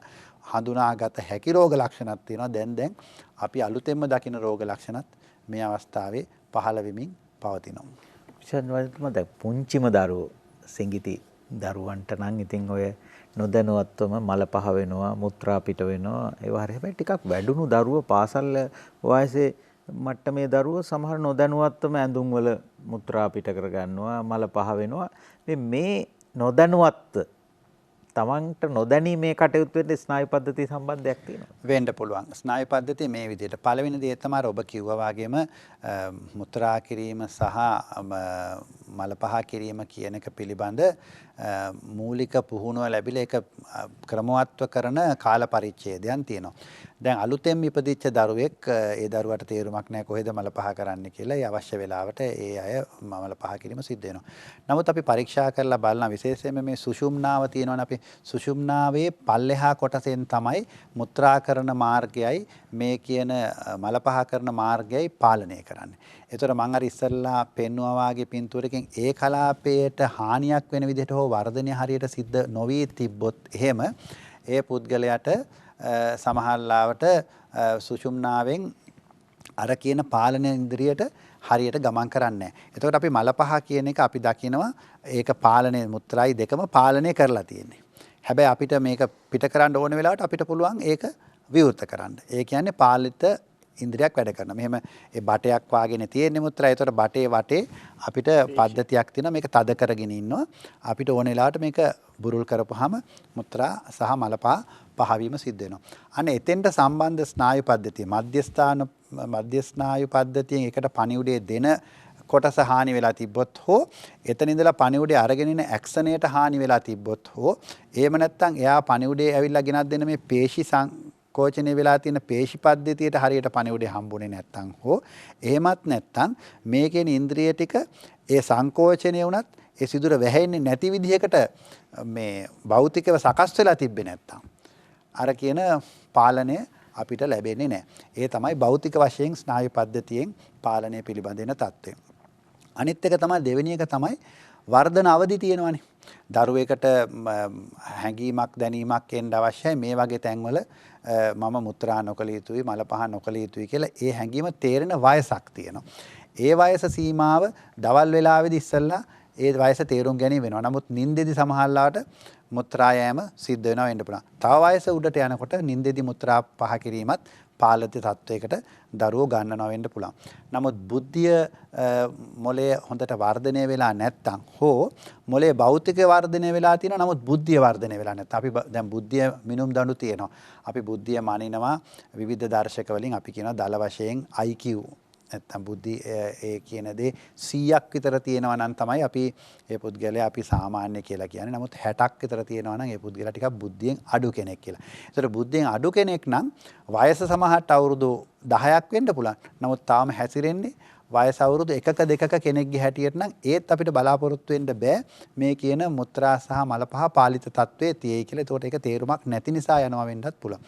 ඒ වගේම තමයි ඒවා සම්පූර්ණයෙන්ම මොලෙන් පාලනය කරන මධ්‍යස්ථානවල ගෙඩියක් ඇවිල්ලා හෝ වෙනත් ක්‍රමයකට ලේ ගැලීමක් හින්දා හෝ ඒවා සම්පූර්ණයෙන්ම හානිය ගියොත් වැඩිහිටි කෙනෙක් වුණත් සමහරවිට තමන්ගේ දැනුමකින් තෝරමකින් තොරව නැත්නම් අපි සමාජීය විෂයට බලාපොරොත්තු වෙන නොවන ආකාරයට මුත්‍රා සහ මල පහ නිකුත් කිරීම සිද්ධ වෙන්නට පුළුවන්. ඒ වගේම තමයි සමහර ශල්‍ය කර්ම සහ අනිකුත් කටයුතු නිසාත් ඒ ඉන්ද්‍රියන් වල පාලිත තත්වයට හානි සිද්ධ වුණොත් හෝ නැත්නම් අපි කියමුකෝ ඒ ප්‍රදේශවලට හානියක් වෙන විදිහට අනතුරක් සිද්ධ වුණොත් හෝ එතකොටත් මේ කියන මල පහවීම සහ මුත්‍රා පහවීම අපි බලාපොරොත්තු නොවන විදිහට සිද්ධ වෙන්න පුළුවන්.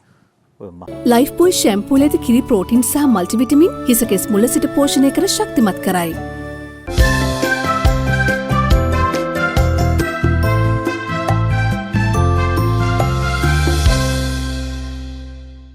ලයිෆ් බොයි ෂැම්පූල ඇති කිරි ප්‍රෝටින් සහ මල්ටිවිටමින් හිසකෙස් මුල සිට පෝෂණය කර ශක්තිමත් කරයි.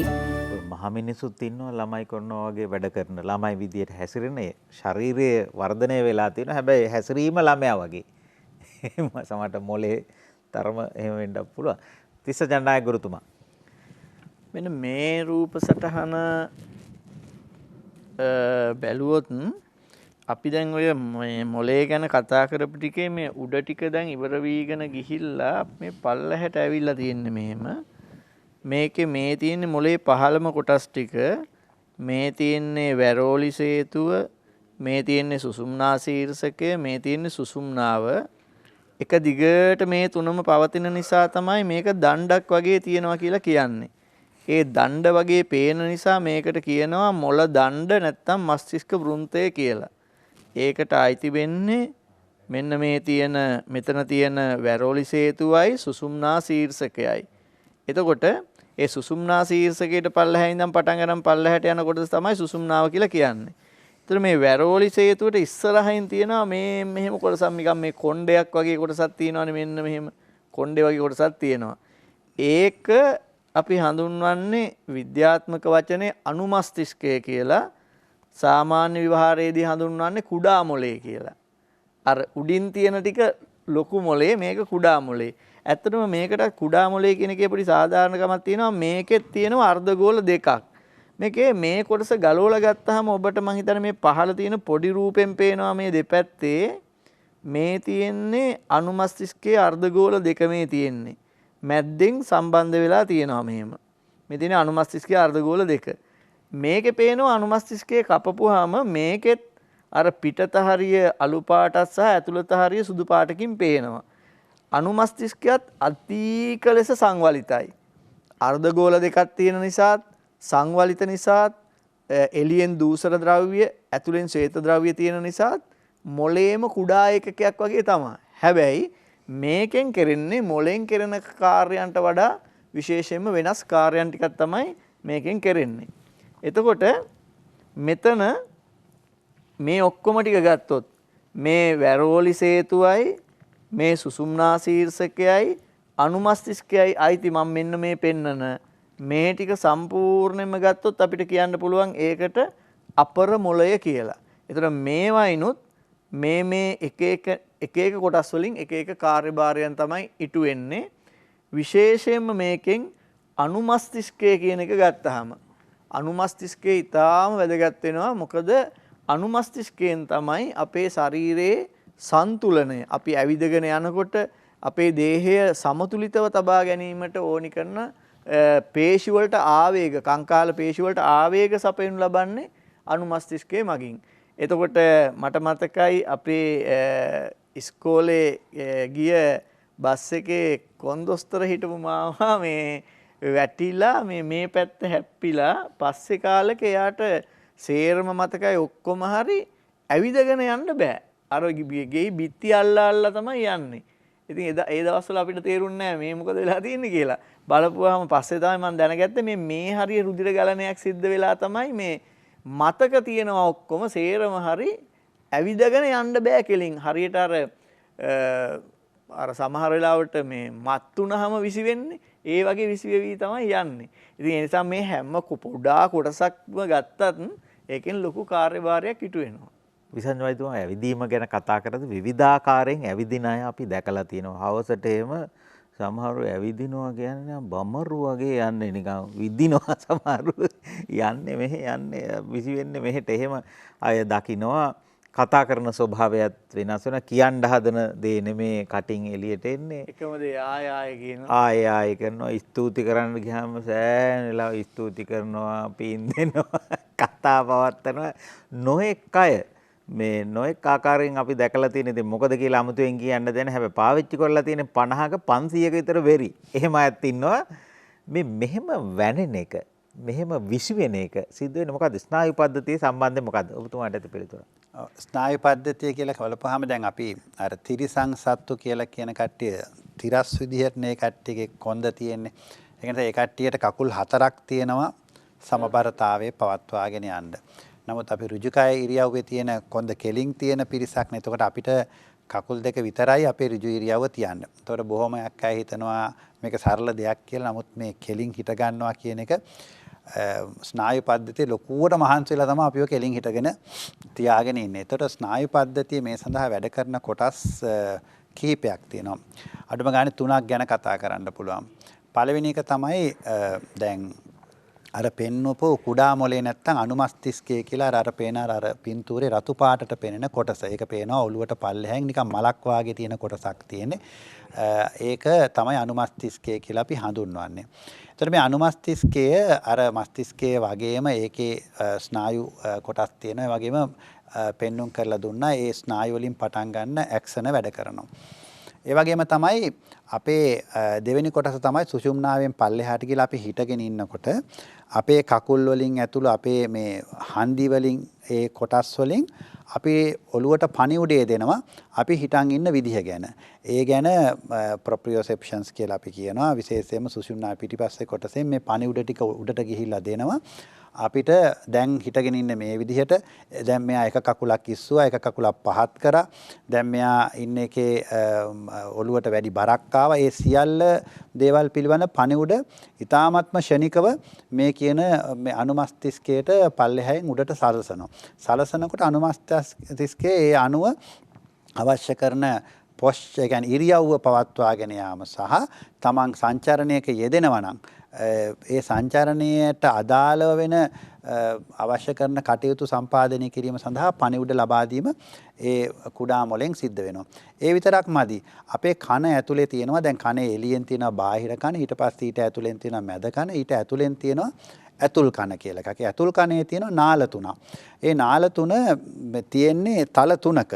තල තුනක තිබ්බහම ඒ නාල තුන ඇතුලේ තියෙනවා ද්‍රව්‍යයක්. ඒ කියන්නේ දියරයක්. ඒ දියරය අර අපි දකිනවා ඒ දියරය අපේ අපේ එක එක විදිහට අපේ සිරුර වෙනස් කරනකොට අර ඒ තලවල තියෙන දියර මට්ටම සැරින් සැරේ වෙනස් වෙනවා. එතකොට අපි මම කෙලින් ඉන්නකොට තියෙන දෙකේ අර 50 විදිහට නම් මම මේ පැත්තට ඇලවෙනකොට මේ දියරය මෙහෙම වෙලා මේ දියරය වැඩි වෙනවා. එතකොට ඒක සංවේදී විදිහකට ගන්නවා. ඒ වගේම තමයි මේ ඉස්සරහා පිටිපස්සේ තලවලට යනවනම් ඒ පැත්තට තියෙන නාලිකාව ඒ කියන දියරේ ඒ ආකාරයට කළමනාකරණය කරනවා. දැන් මේ පින්තූරයේ කියන නාල තුන පෙන්වුම් කරනවා මේ පැහැදිලිවම මේ එතන පේනවා ඒ නාල තුන බලන්න තල තුලේ තියෙන හැටි. ඒක ඇතුලේ අර දියරේ තියෙනවා. එතකොට අපි දකිනවා සමහර වක්‍රාකාර නාල තුන. ඒ නාල තුලේ තියෙන දියරය දැන් අපි හිතමුකෝ මේක ඔළුව පල්ලෙහාට පස් කරොත් ඒ දියරේ ඒ පැත්තට එනවා. ඒ අනුව එයා කියනවා පණිවුඩයක් අපිට දෙනවා. දැන් මේ පුද්ගලයා ඉන්නේ මොන ඍජු ඉරියව්වකද? දැන් දකුණු පැත්තට අංශක 10ක් ඇලවෙලාද? වම් පැත්තට 10ක් ඇලවෙලාද? ඒ අනුව පණිවුඩ ජාලයක් යනවා. මේ කියන මේ ස්නායු පද්ධතිය. ඒතකොට ස්නායු පද්ධතියට පණිවුඩ තුන් පැත්තකින් කළමනාකරණය වෙනවා. කුඩා මොළේ වෙනම වැඩ කරනවා. මේ හන්දි සහ කකුල් සහ ඒ තියෙන ඉරියව් පවත්වාගෙන යන ඒවා වලින් අපිට ප්‍රොප්‍රියොසෙප්ෂන් කියලා අපිට ඒ පිළිබඳ පණිවුඩ ලබා දෙනවා. ඒ වගේම කන කියන මධ්‍ය ඉන්ද්‍රියෙන් අපිට කොයි විදිහටද තුලණය තියෙන්නේ කියන පණිවුඩ. අනිවාර්යයෙන්ම ওই ඉන්ද්‍රිය තුන අවශ්‍යයි අපේ මේ කියන සමතුලිතතාවය පවත්වා ගන්න.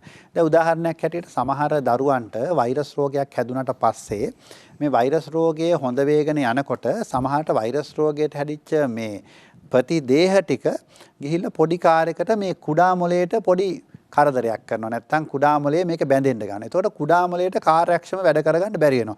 ඒක නිසා සමහරවිට දැනලා ඇති සමහර දරුවෝ වෛරස් රෝගයක් හොඳ වෙලා එනකොට පොඩ්ඩක් වෙන වෙනවා කියලා අම්මලා අපි ළඟට අරන් එනවා. අපි දවසක් දෙකක් පොඩ්ඩක් බලන්න කියනවා. ඒ අර කියන කුඩා මොළයට යම්කිසි ඒ తాවකාලික බලපෑමක් සිද්ධ වෙලා. හැබැයි දරුවා සතියක් විතර පැනලා මේකේ මේ විදිහට පොඩ්ඩක් මේ සමතුලිතතාව තියාගන්න අමාරුයි වෙන වෙනවා වැඩි වාගේ කියනවනම් අපි සමහරවිට ස්කෑන් පරීක්ෂණයක් කරලා බලනවා ඒ ප්‍රදේශයේ හානියක් වෙලාද කියලා. ඒ වගේම තමයි මැද කනේ ආසාදන ඇතුල් කනට ගියාම කනේ අර ලැබ්‍රින්ත් වට කියන්නේ ලැබ්‍රින්ත් කියලා ලැබ්‍රින්තයිටිස් ඒ වගේ කොටස් වලටත් යම් කිසි විදිහකට උණහින්දා හෝ වෙනත් හේතුවක් හින්දා කාර්යක්ෂමතාවය අහෝසි වෙච්චාම ඒ පුද්ගලයොත් සමහරලාට කියනවා ටිකක් වෙන වෙනවා. හැබැයි ඒ කට්ටිය ඇවිල්ලා කියනවා පොඩ්ඩක් කැරකිල්ලකුත් තියෙනවා කියලා. මොකද අර දියරේ වෙනස් වෙනකොට අපේ සමහරලාට ඒ විදිහට කැරකිල්ලකුත් සම්බන්ධ වෙනවා. ඒ වගේම තමයි අපේ සිරුරෙන් සපයන පණිවුඩ ටික හරියට ලැබෙන්නේ නැත්නම් ඒත් කොන්දේට හානියක් වෙලා තිබ්බොත් අපි වෙනවීමක් සිද්ධ වෙන්න පුළුවන්. මම හිතන්නේ ඔබ ප්‍රශ්නයේ හැටියට ඇහුවේ මේ තුනටමයි නොවන වෙනවීම. ඒ තමයි අපිට හොඳ ස්නායු පද්ධතියක් තියෙද්දි ඒ ස්නායු පද්ධතියේ කාර්යක්ෂමතාව ඌන වෙන විදිහට විවිධාකාරයේ පානයන් පාවිච්චි කරපුවාම එතකොටත් ඉතින් වෙන වෙනවා. මොකද ඒ කාර්යක්ෂමව මේ කියන කටයුත්ත කරගන්නට බැරි වෙනකොට ඒ ආගේ මම හිතන අනිත් අංග ලක්ෂණත් කිව්වා. ඒ තමයි හැසිරීමේ වෙනස්කම් ඒවත් එනවා කියලා කියන්නේ. ඒ කියන්නේ පුද්ගලයාගේ තමන්ගේ ඍජුභාවය සහ තමන්ගේ ඒ ඉරියව් පවත්වාගෙන යාම විතරක් නෙමෙයි තමන්ගේ හැසිරීම රටත් අර කියන පානයන් නිසා අහෝසි වෙනවා. ඒ වගේම තමයි ඒ తত্ত্বය සිද්ධ වෙන්න පුළුවන් අනිත් එක තමයි අපේ දරුවන්ට ඒ අය මේ විදිහේ පානයන් පාවිච්චි නොකලට අපි පාවිච්චි කරන ආහාරවල එවැනි විස ද්‍රව්‍ය සහ එවැනි ද්‍රව්‍ය තිබ්බොත් දරුවනොත් සමහරලාවට මේ විදිහට අමුතු හැසිරීම් සිද්ධ වෙනවා. ඒක උදාහරණයක් මම කියන්න. මගේ ළඟට එක දරුවෙක් ආවා. ඒ දරුවා මේ අපස් වලිප්පුවක් කියලා කියන්නත් බැරි අමුතු විදිහකට ඇදගෙන වැටිල්ලක් සිද්ධ වෙනවා. පස්සේ මම ඒ දෙමව්පියන්ට කිව්වා මේක දැන් අපේ හැමෝම ළඟ මේ ජංගම දුරකථනයක් තියෙනවා. ඒකේ කැමරා එකක් තියෙන නිසා ඒ සිද්ධිය මට වීඩියෝ ගත කරගෙන එන්න කියලා. නමුත් ඒ தත්ත්වය බලපුවාමත් මට හරියටම නිර්ණය කරගන්න බැරි වුණා මොකද්ද කියලා. ඊට පස්සේ අපි අර EEG කියන පරීක්ෂණයක් ගත්තා. අපි ස්කෑන් පරීක්ෂණත් ගත්තා. ඒවත් ඔක්කොම සාමාන්‍ය තත්ත්වෙ තිබ්බේ. මෙන්න සිද්ධිය ගැන පැහැදිලි වැටහීමක් නැතුව තිබ්බා. පස්සේ මම ඒ දරුවාගේ ගෙදර කන කෑම ලයිස්තුව අඩුපාඩුවක් නැතුව සතියක් තිස්සේ යන කෑම ලයිස්තුව ලියාගෙන සතියකින් එන්න කිව්වා. එතකොට තමයි අහුනේ එක්තරා විදියක සොසේජ් වර්ගයක් ඒ දරුවාගේ දෙමව්පියෝ දෙන්න වැඩට ගියාට පස්සේ අත්තම්මා වැඩි ආදරයට මේ දරුවට දෙනවා. ඊට පස්සේ මම නිකන් ප්‍රායෝගික නිරීක්ෂණයක් හැටියට මම කිව්වා ඒක නතර කරලා එන්න කියලා. ඒකම මේ දරුවට සම්පූර්ණ රෝගය සුව වුණා. ඉතින් එතනින් අපිට පේනවා බැරි වෙලා හරි මම ඒ නිරීක්ෂණය නොකළා නම් එහෙම දරුවට මම සමහරට මේ කියන අපස්මාරයට තියෙන බේතක් ලියනවා. ඒ බේතට අහන්නේ නැහැ මොකද සිද්ධිය වෙනස් එකක්. ඒක තව බේතක් අපි ලියනවා. තුන්වෙනි බේතත් ලියනවා. අන්තිමේට දරුවා තේරුමක් නැතුව අර ආහාරෙත් ගන්නවා. ඒ වගේම අපේ බේතුත් ටිකත් අරගෙන දරුවා තිබ්බ ගුණාත්මක භාවයේ පිරිහීමකට ලක් වෙනවා. විශේෂයෙන් කියන්න අවශ්‍යයි මේ දරුවන්ගේ තියෙන අපස්මාර තත්වයන් බොහෝමයක් ඒවා වැඩිහිටි වයසට යනකොට හොඳ වෙනවා. ඒතර මේ දරුවා ඉගෙන ගන්න පාසලේ අධ්‍යාපනය විතරක් නෙමෙයි අපි පරිසරයෙන් සහ නිකුත් සියලු අධ්‍යාපනයන් ලබන කාලවකවානුවක තමයි දරුවා ඉන්නේ. ඒ කාලේ අපි ඖෂධ සහ අරවට වැඩිපුරම යොදවන්නේ නැතුව පුළුවන් තරම් දරුවගේ ස්වභාවික ජීවිතයට අපි ඉඩ දීම තමයි සිද්ධ කරන්න ඕනේ. ඒක නිසා සාමාන්‍ය අපස්මාරය ගැන ප්‍රතිකාර කිරීමෙත් අපි පිළිපදින මූලික මූල ධර්මයක් තමයි අවම ඖෂධ ප්‍රමාණය තමයි පාවිච්චි කරන්නේ. හැබැයි දෙමව්පියන්ට වගකීමක් තියෙනවා දරුවගේ ස්නායු පද්ධතිය හොඳින් වැඩ කරන්න මේ විටමින් පෙති පොවන්න හෝ විවිධාකාර පිටි වර්ග පොවන්න අවශ්‍ය නැහැ. අපේ පාරම්පරික ආහාර රටාව දීලා ආධ්‍යාත්මික ගුණ වගාවක දරුවට ඉන්න දීලා දරුවට ක්‍රීඩාව කන බොන එක හැමදේම දැන් දරුවට කවන එකත් එක්තරා විදිහක දරුවගේ බුද්ධි වර්ධනයට හානියක් වෙනවා. මොකද අපි දරුවෙක් අතට අරගෙන කනකොට ඒ ටෙක්ස්චර්ස් එක එක ඒ වගේ ස්වභාවයේ අත කියවනවා. ඒ කියන්නේ මේක ඝන දෙයක්, ද්‍රව දෙයක්, අර්ධ ඝන දෙයක් ඒක කියවනවා. ඒ වගේ මේ සුවඳ කියවනවා. ඒවා අරගෙන කනකොට මේ අපි හිතන්නේ මේක සරල ක්‍රියාවලියක්. ගිලිනවා කියන එක ඉතාමත්ම සංකීර්ණ ක්‍රියාවලියක්. අර අපි මෙතුමා පෙන්වුවා වගේ අර වැරොලි සේතුව ඇතුළු ඒ කොටස් අපි ඒකට කියන බල්බ ඒරියා එක කියලා කියන්නේ. ඒ වැරොලි සේතුව ඇතුළු ඒ කොටස් ලොකුවට කළමනාකරණය කරන එක. මොකද මෙතන තියෙනවා ශ්වසන මාර්ගය තියෙනවා.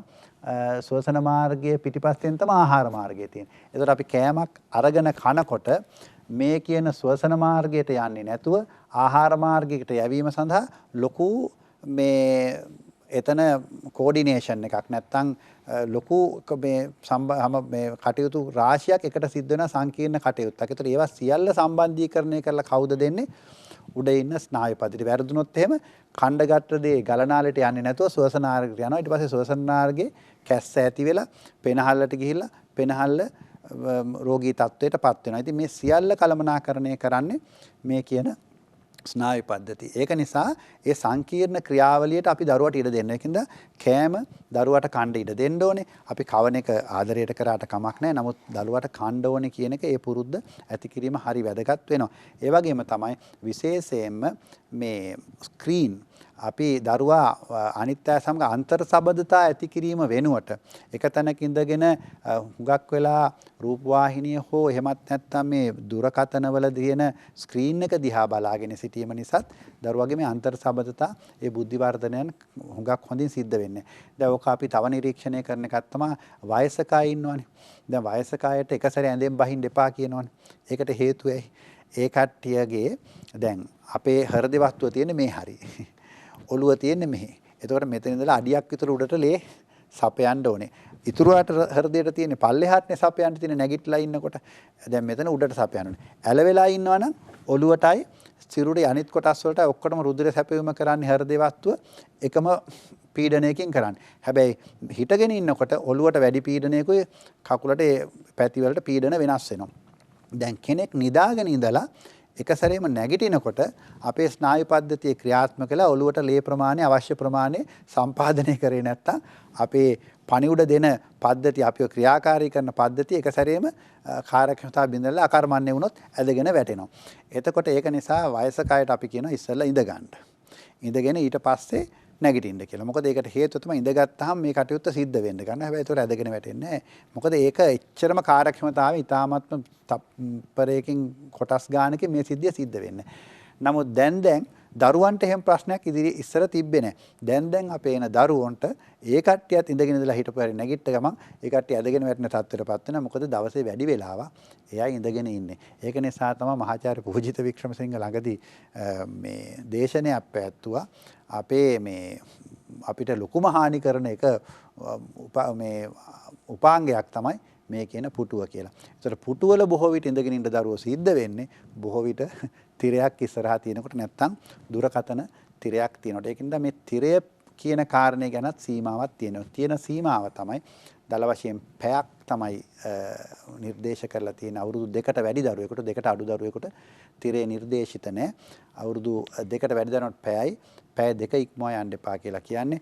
ඒ කරුණුත් හරි වැදගත්. ඒක නිසා කෑම ගැනීම, ස්නානය කිරීම, ක්‍රීඩා කිරීම, තමන් අනිත් අය සමග අන්තර් සම්බන්ධතා පැවැත්වීම මේ සියල්ලක්ම ස්නායු පද්ධතියේ කාර්යක්ෂමතාවට එහි නිරෝගීකමට වැදගත් වෙනවා කියන එක මේකෙදි තේරුම් ගන්න. ඒකෙන්ද මේ ස්නායු පද්ධතියක් කියන්නේ මේ තනිව තියෙන පද්ධතියක් නෙමෙයි, අනිත් ඔක්කොමත් එක්ක සම්බන්ධතාව පවත්වන පද්ධතියක්. රුධිරනාල, හෘද වස්තුව, අනිකුත් ඉන්ද්‍රියන් සියල්ල කළමනාකරණය සඳහා ඉස්සරහට මෙන්න ඉන්ද්‍රිය හැටියට තමයි මේ ස්නායු පද්ධතිය සැලකෙන්නේ. ලයිෆ් බොයි ෂැම්පූල ඇති කිරි ප්‍රෝටින් සහ මල්ටිවිටමින් හිසකෙස් මුල සිට පෝෂණය කර ශක්තිමත් කරයි.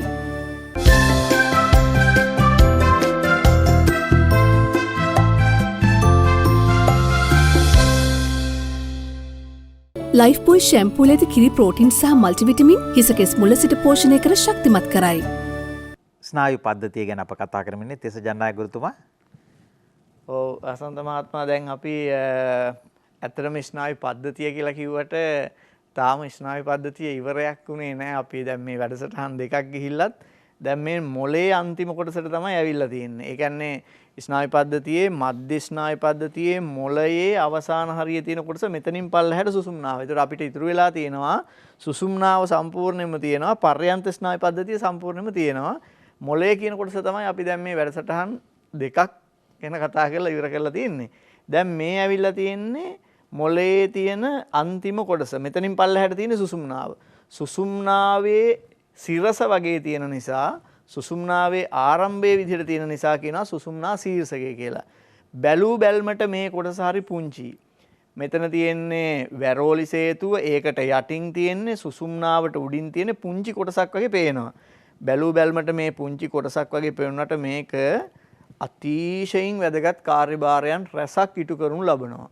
ඒ කාර්යභාරයන් මොනවද කියලා ගත්තොත් එහෙම මම විශේෂයෙන්ම කියන්නම් මේකේ තියෙනවා ප්‍රධාන සෙන්ටර්ස් දෙකක්.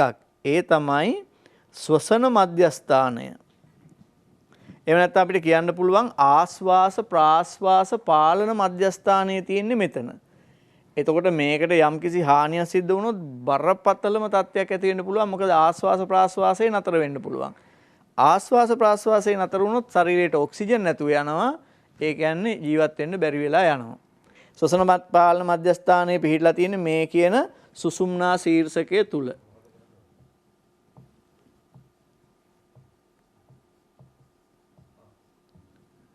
එතකොට ඊට අමතරව දෙවෙනි එක තමයි මෙහෙම එකක් තියෙනවා. හෘද සනාල පාලන මධ්‍යස්ථානය. ඒකත් පිහිටලා තියෙන්නේ මේ සුසුම්නා ශීර්ෂකය තුල. මොකද මේකෙන් යන පණිවිඩ මගින් හෘද ස්පන්දනයේ වේගය, ඒ කියන්නේ හෘද ස්පන්දනයේ රිද්ම් එක, රිද්මය පවත්වාගෙන යාමට දායක වෙනවා. දැන් අපි මේකට ලොකු බලපෑමක් නිකන් යම්කිසි කම්පනයක් හෝ එහෙම නැත්නම් මොන හරි නිසා රුධිර ගැලීමක් වගේ දෙයක් ඇති වුණොත් එහෙම ඒක හෘද ස්පන්දනයටත් බලපාන්න පුළුවන්. ඊළඟට තුන්වෙනි එක ඔය ස්වයං සාධක ලෙස කෙරෙන ක්‍රියාවලි. ස්වයං සාධක ලෙස කෙරෙන ක්‍රියාවලි කියන්නේ අපි හිතාමතා කරන්නේ නැතුව ඉබේ සිදුවන ක්‍රියාවලි. ඒවා මම මෙතන ලියන්නම්. මෙන්න මේ වගේ ඒවා ගිලීම, ඊට පස්සේ කැස්ස, කිවිසීම නැත්නම් කිවිසීම් යන එක සහ වමනය. මේවා අපි හිතාමතා හැම ඇඟිල්ල ගහලා වමනය කරන්නත් පුළුවන්. නමුත් එහෙම නැතුව සිද්ධ වෙන එක ගැන තමයි මම මේ කතා කරන්නේ. ගිලීම කියපුවම හපන එක නෙමෙයි. හපලා මෙතනින් පල්ලහැට දැම්මට පස්සේ යන එක තමයි මම මෙතන ගිලීම කියලා අදහස් කරේ. ඊට පස්සේ කැස්ස. ඒකත් හිතලාම කහින අවස්ථාවක් තියෙනවා. නමුත් ඉබේ එන එකක්. කිවිසුම් යාම කියන එකත් ඒ වගේ එකක්. දැන් මේවා ගත්තාම මේ ගිලීම, කැස්ස, කිවිසීම, වමනය කියන ක්‍රිදුවීම් ස්වයං සාධකව සිදු වෙන්නේ. ඒවා පාලනය කරන මධ්‍යස්ථානයත් මෙතන තමයි තියෙන්නේ. ඒතකොට මේකට හානියක් වුණොත් එහෙම බරපතල ප්‍රශ්නයක්. මේක බොහෝ වෙලාවට අපි ඔය සමහර තැන්වල වැටෙනකොට කකුල් දෙක එහෙම පැටලිලා මේ අතට වැටුණට මේකට හානියක් සිද්ධ වෙන්නේ නැහැ මේ පැත්තනේ. සමහර වෙලාවට අපි අර පඩි පෙල් හැම බහින්න ගියාම ලිස්සලා මේ අතට වැටෙනවම. වැටිලා මේ පැත්ත වැදෙන්න පුළුවන්. විශේෂයෙන්ම පොඩි ළමයි. පොඩි ළමයි මේ වගේ ලිස්සලා ගිහිල්ලා වෙලා වැටෙන්න පුළුවන් මේ පැත්ත වැදෙන්න පුළුවන්. මේ පැත්ත වැදුනහම පස්සේ සමහර වෙලාවට ළමයා අසනීපකින් නොසිටි ළමයා එකපාරට වමනේ කරන්න ගත්තොත් ඒකෙන් අපිට පැහැදිලි වෙන්නේ මෙතෙන්ට ලොකු ෂොක් එකක් ඇති වෙලා තියෙනවායි කියන එක. ඒක නිසා තමයි වෛද්‍යවරු අර අහන්නේ එහෙම වැටුනහම වෛද්‍යවරයෙක් ගාවට කරන් ගියාම ඒ වැටුන ගමන් වැටුනට පස්සේ වමනේ ගියාද කියලා අහන්නේ. මේකට යම්කිසි හානියක් වෙලාද කියන එක බලන්න. මොකද මේකට යම්කිසි හානියක් වෙලා මේකේ රුධිර ගැලීමක් වෙලා තිබුණොත් හෘත්සනාල පාලන මධ්‍යස්ථානයට හෝ ශ්වසන පාලන මධ්‍යස්ථානයට හානියක් සිදුවීමෙන් බරපතල තත්ත්වයක් ඇති වෙන්න ඉඩකඩක් තියෙන නිසා. ඒ කියන්නේ බලන්න මොලේ අපි උඩ ඉඳන් මේ හරිය ඉඳන් මස්තිෂ්කයේ ඉඳන් ඔහොම පහළට ඇවිල්ලා ඉතුරු වෙච්ච පුංචිම කොටස ගත්තොත් එහෙම මොලේ ඒක ජීවිතේ රැක ගැනීම සඳහා අවශ්‍ය කරන ප්‍රධානම ක්‍රියාවලි රාශියක් ඉටු කරන පොඩි කොටසක් ඒකත් අර වගේම වැදගත්. එහෙම අනතුරක් වුණොත් එහෙම ඒ දරුවා වහාම වෛද්‍ය ප්‍රතිකාර සඳහා අරගෙන යන්න ඕනේ. ඒක ඒ අනතුරුත් එක්තරා විදිහකට පරිසම් කරගෙන අරගෙන යන්න ඕනේ නේද වෛද්‍යතුමා? ඔව්. දැන් මේ අර පින්තූරේ දිහා බලන්නකො දැන් ඔතන ඔය ඉන්ද්‍රියන් ඔක්කොම ටික පොඩි මේ ඒ පින්තූරෙන් තේරෙන උඩින් අපි මස්තිෂ්ක අර්ධගෝල වලින් පල්ලෙහා තිබ්බ තැලමස් එක ඊට පස්සේ හයිපෝතැලමස් එක ඊට පස්සේ තියෙන මොකද අර මිඩ් බ්‍රේන් කියන මධ්‍ය මොලය ඊට පල්ලෙහා තමයි වැරෝලි සේතුවේ හත්ව පොන්ස් කියන කොට තියෙන රැල්ලක් එක්ක තියෙන ඊට පල්ලෙහා කොටස ගැන තමයි මෙඩල්ලා ඔබ්ලොන්ගෝයටා කියන එක තමයි ඔය සුෂුම්නාව පටන් ගන්න කලින් තියෙන සුෂුම්නා ශීර්ෂකයේ හැටියට සඳහන් වෙන්නේ. දැන් මේ කොටස් ටික එකතු කරලා ගත්තාම තමයි මොළ දණ්ඩ කියලා කියන්නේ. ඔක නිකන් දණ්ඩක් වාගේ තියෙන හින්දා ඒකට අපි බ්‍රේන් ස්ටෙම් කියලා තමයි අපි ඉංග්‍රීසියෙන් කියන්නේ. දැන් මේ කොටස් ඊ타මත්ම වැදගත් වෙන්න කාරණා තමයි සඳහන් කරේ. දැන් ඔතනින් ඔය සුෂුම්නා ශීර්ෂය තමයි දැන් මෙතන පෙන්වන්න කරනවා හෘදයේ රිද්ම් එක තියාගන්නත් ශ්වසන මාර්ගයේ ආශ්වාස ප්‍රාශ්වාස කටයුතු කරන්න. දැන් අර මේ තිස්ස ජනනායක මහත්මයා කිව්වා වගේ අපිට ගැඹුරට හුස්ම ගන්නත් පුළුවන්. නමුත් අපි හැම වෙලෙම හුස්ම ගැන හිතා නෙවෙයි හුස්ම ගන්න. අපි නිින්ද ගියාම කොහොමදත් අපිට නොදැනීන හුස්ම ගන්නන්නේ. අන්නේ අපේ පාලනයකින් තොරව ඒ කියන්නේ අපේ හැඟීම් පාලනයකින් තොරව සිද්ධ වෙනවට අපේ අනිච්ඡානුගත ක්‍රියාපටිපාටි කරනවානේ. අන්නේ අනිච්ඡානුගත ශ්වසනයයි හෘදයයි දෙකම කළමනාකරණය කරන්නේ මේ කියන සුෂුම්නා ශීර්ෂකයේ කියන කොටස. ඒ වගේම තමයි ওই කොටසෙන් අර වමනය කළමනාකරණය කරනවා. ඒතර දැන් මෙතන තියෙන ගැටලු කීපයක් තමයි විශේෂයෙන්ම අර කිව්වාගේ කෙනෙක් වැටිලා මේ කොටස් වලට හානියක් සිද්ධ වුණොත් ඒ පුද්ගලයා ගැන අපි ටිකක් වැඩිපුර අවධානය යොමු කරන්න ඕනේ. ඒක නිසා අපි ළඟට දරුවෙක් වැටිලා ආපුවාම අපි අහන එක ප්‍රශ්නයක් තමයි දරුවට ඊට පස්සේ වමනේ ගියාද කියලා. වමනේ ගියා කියලා කිව්වොත් එහෙම අපි සාමාන්‍යයෙන් ඒ දරුවට ගෙදර යන්න දෙන්නේ නැහැ. ස්පිරිතාලේ අපි පැය 24ක් තියාගෙන ඉන්නවා. ඒ පැය 24 තියාගෙන අපි ලොකු දෙයක් සමාට කරන්නේ නැහැ. දරුවව අපි අධ්‍යයනය කරනවා කොහොමද කටයුතු කරන්න කියලා. බොහෝ විට වමනෙට අපි පෙති දෙන්නෙත් නැහැ. මොකද වමනේ යනවා නම් අපිට ඒකෙන් පොඩි පණිවුඩයක් දෙනවා ඉක්මන් කරලා අවශ්‍ය කරන පරීක්ෂණ කරන්න නැත්නම් ඒ කියන ස්කෑන් යන්ත්‍ර පරීක්ෂණ වලට යන්න කියලා CT ස්කෑන් වගේ කීප සැරයක් වමන ගියොත් අපි බොහෝ විට CT ස්කෑන් යන්ත්‍රයක් හෝ MRI ස්කෑන් යන්ත්‍රයක් මගින් අපි පරීක්ෂා කරලා බලනවා හානියක් වෙලා තියෙනවද කියලා. අනිත් පැත්තට තියෙන දේ තමයි මේ කලාපයේ තමයි අර මේ තිස්ස ජනනායක මහත්මයා කිව්වා වාගේ අපේ ගිලීම කටයුත්ත ඒ ඉතා සංකීර්ණ කටයුත්තක් කළමනාකරණය කරන්න දායක වෙන්නේ. ඒ වගේම දැන් මෙතන සිද්ධ වෙන අනිත් දේ තමයි ඔය ප්‍රදේශයේ ගෙඩියක් ආවොත් එහෙම. විශේෂයෙන්ම මේ අපි කියනවනේ SOL නැත්නම් මේ ඔළුවේ ඇති වෙන ගෙඩිය. ඒ පැත්තේ ගෙඩියක් ආවොත් එහෙම අපිට ප්‍රශ්න කීපයක් මතුවෙනවා. ඒ තමයි ශල්‍ය කර්මයකින් ඒ කලාපයට ඇතුල් වීම. ස්නායු ශල්‍ය වෛද්‍යවරයෙකුට ඉතාමත්ම අපහසු කලාපයක්. දැක කාලයක් තිබ්බ සමහර ස්නායු වෛද්‍යවරු ඒ පැත්තේ ගෙඩියක් ඇවිලන මේ පරීක්ෂණ නැත්නම් අවශ්‍ය කරන ශල්‍ය කර්මය කරන්න කැමති වෙන්නේත් නැහැ. ඒකට හේතුව දැන් මේ හරියේ ඔළුවේ ගෙඩියක් තියෙනවා නම් මේ කලාපයේ ඔළුවේ කට්ට විවෘත කරලා එතනින් ගිහින් ශල්‍ය කර්මය මේ හරියේ තියෙනවනොත් පුළුවන්. නමුත් ඔය කියන මොළ දණ්ඩේ කියන කොටසේ යම්කිසි වර්ධනයක් ආපුවාම ඒ කලාපයට ඇතුල් වෙන්න ගියාම රුධිර නාලත් වැඩි ඇතුල් වෙන්න මේ පැත්තෙන් ඉඩකඩත් අඩුයි අනිත් පැත්තට එතන ශ්වසන මාර්ගයයි හෘද කියන කළමනාකරණය කරන තැන් දෙක තියෙන නිසා ඒ කොටසට යම්කිසි විදිහකින් හානියක් සිද්ධ වුණොත් මොලේ ඉතුරුනත් ශ්වසන මාර්ගයේ කළමනාකරණය කරන්න බැරි වෙනවා. ඒක නිසා අපි ශල්‍ය කර්ම පැත්තෙන් ගත්තත් ඒ කලාපේ තරමක් අපහසු කලාපයක් හැටියට සැලකනවා. ඒ නිසා මොලේ ගෙඩි හැදෙනකොටත් අරකින කුඩා මොලේ ඇතුළු ඒ කලාපේන්ට පල්ලෙහා හැදෙන ගෙඩි සහිත උඩ හැදෙන ගෙඩි කියලා ශල්‍ය වෛද්‍යවරු ස්නායු ශල්‍ය වෛද්‍යවරු වෙන් කරලා හඳුන්වා ගන්නවා. මොකද උඩ ඒවා ගැන ඒ කට්ටියගේ තියෙන දැක්ම සහ ඒ කට්ටිය එකට කටයුතු කරන ආකාරයේ තරමක පහසුවක් තියෙනවා අර කලාපෙන් පල්ලෙහා තියෙන ගෙඩි සම්බන්ධව. ඉතින් ඒක නිසා මේක අපිට වෛද්‍ය විද්‍යාත්මක වේ හැම පැත්තෙම වැදගත් අංගයක් හැටියට අපි සලකනවා. ඉතින් ඒක නිසා මෙතන තේරුම් ගන්න ඕනේ මේ ශ්වසනය කරන පෙනහළු දෙක පල්ලෙහා තිබ්බට හෘද වස්තුව පල්ලෙහාට තිබ්බට ඒ කටයුතු කිරීම සඳහා පණිවුඩ දෙන මධ්‍යස්ථානයේ තියෙන්නේ හුඟක් උඩින්. ඒක නිසා ඒ පාලනය කිරීම සඳහා කටයුතු කිරීමේදී ඒ ප්‍රදේශවලට යම්කිසි හානියක් වෙනවා නම් ඒක වළක්වා ගන්න ඕනේ. විශේෂයෙන්ම දැන් සමහර ලාවට සිද්ධ වෙන දෙයක් තමයි දැන් ළමයි මේ පැන්සල් මෙහෙම කටේ තියාගෙන ඉන්නවා. කටේ තියාගෙන ඉඳලා මොන හරි කල්පනා කරගෙන ඉන්නලා ළමයා මෙහෙම වැටුනොත් ඒ පැන්සලේ උල ගිහිල්ලා ඇනෙන්නේ හරියටම ඔය කියන සුෂුම්නා ශීර්ෂිකය ඇතුලෙන් ගිහිල්ලා. ඒ වෙච්චා මේ වෙලාවේ මරණය සිද්ධ වෙන්න පුළුවන්. ඒක නිසා ළමයි ඔය කටේ මේවා දාගෙන දුවනවා කරනවා කියන එක අපි ඉල්ලීම් කරනවා. එහෙම කරන්න එපා. ඒකෙන් ලොකු හානියක් සිද්ධ වෙන්නට පුළුවන් කියලා. ඒ වගේම තමයි උගුරේ සමහර ආසාදන තියෙන දේවල්. ඒ ආසාදන සමහරලාට ඊට පිටිපස්සට ගිහිල්ලා මේ සුෂුම්නා ශීර්ෂකයේ දිහාට ඒ විස බීජ පැතිරීම සමහරලාවට සිද්ධ වෙන්නට පුළුවන්. ඒක නිසා අනුතුරු පැත්තෙන් ගත්තත් විස බීජ පැත්තෙන් ගත්තත් මේ ඉන්ද්‍රිය විතරක් බෑ ඉන්ද්‍රිය වටා තියෙන අනිකුත් ඉන්ද්‍රියන් ගැනත් අපිට අවධානයක් ඕනේ. මොකද අන්තිමේට ඔළුවට විස බීජ හෝ මේ කියන අනතුරු සිද්ධ වීම හෝ ඔළුවේ ගෙඩි වැනි දේවල් ඇතිවීම කියන කාරණේ අපිට අවම කර ගැනීම සඳහා අපි කොයි විදිහට කටයුතු කළ යුතුයිද කියන එක. ඒ වගේම එක කාරණයක් කිව යුතුයි. මොලේ ගෙඩි සෑදීම දරුවන්ගේ ඊටාත්ම අඩුවෙන් තිබ්බේ. නමුත් මොලේ ගෙඩි පිළිකා සහ පිළිකා නොවන ගෙඩි ප්‍රමාණය දිනෙන් දින වර්ධනය වීමක් අපි අත්දකිනවා. ඒකත් එක හේතුවක් වෙන්න ඇති අපේ මේ කියන වටවිට පරිසරය තුළ දරුවාට නිවැරදි පරිසරයක් අපි බිහි කරන්නේ නැති එක. විශේෂ රසායනයන් වැනි දේවල් මේ ප්‍රදේශවල ගෙඩි ඇතිවීම සඳහා බලපාන බව තමයි අපේ නිරීක්ෂණය. විශේෂයෙන්ම මත්ද්‍රව්‍ය භාවිතයට ඇබ්බැහි වෙච්ච අය දරුවෝ පවා තරුණ වයසේ අය විවිධ වයස් මට්ටම් වල මත්ද්‍රව්‍ය භාවිතයට ඇබ්බැහි වෙලා යම් අවස්ථාවක සැපයුම නැති වෙනවා. මත්ද්‍රව්‍ය නැති වෙනවා. ඊට පස්සේ වේවුලනවා, ඌල්ලනවා, දඟලනවා.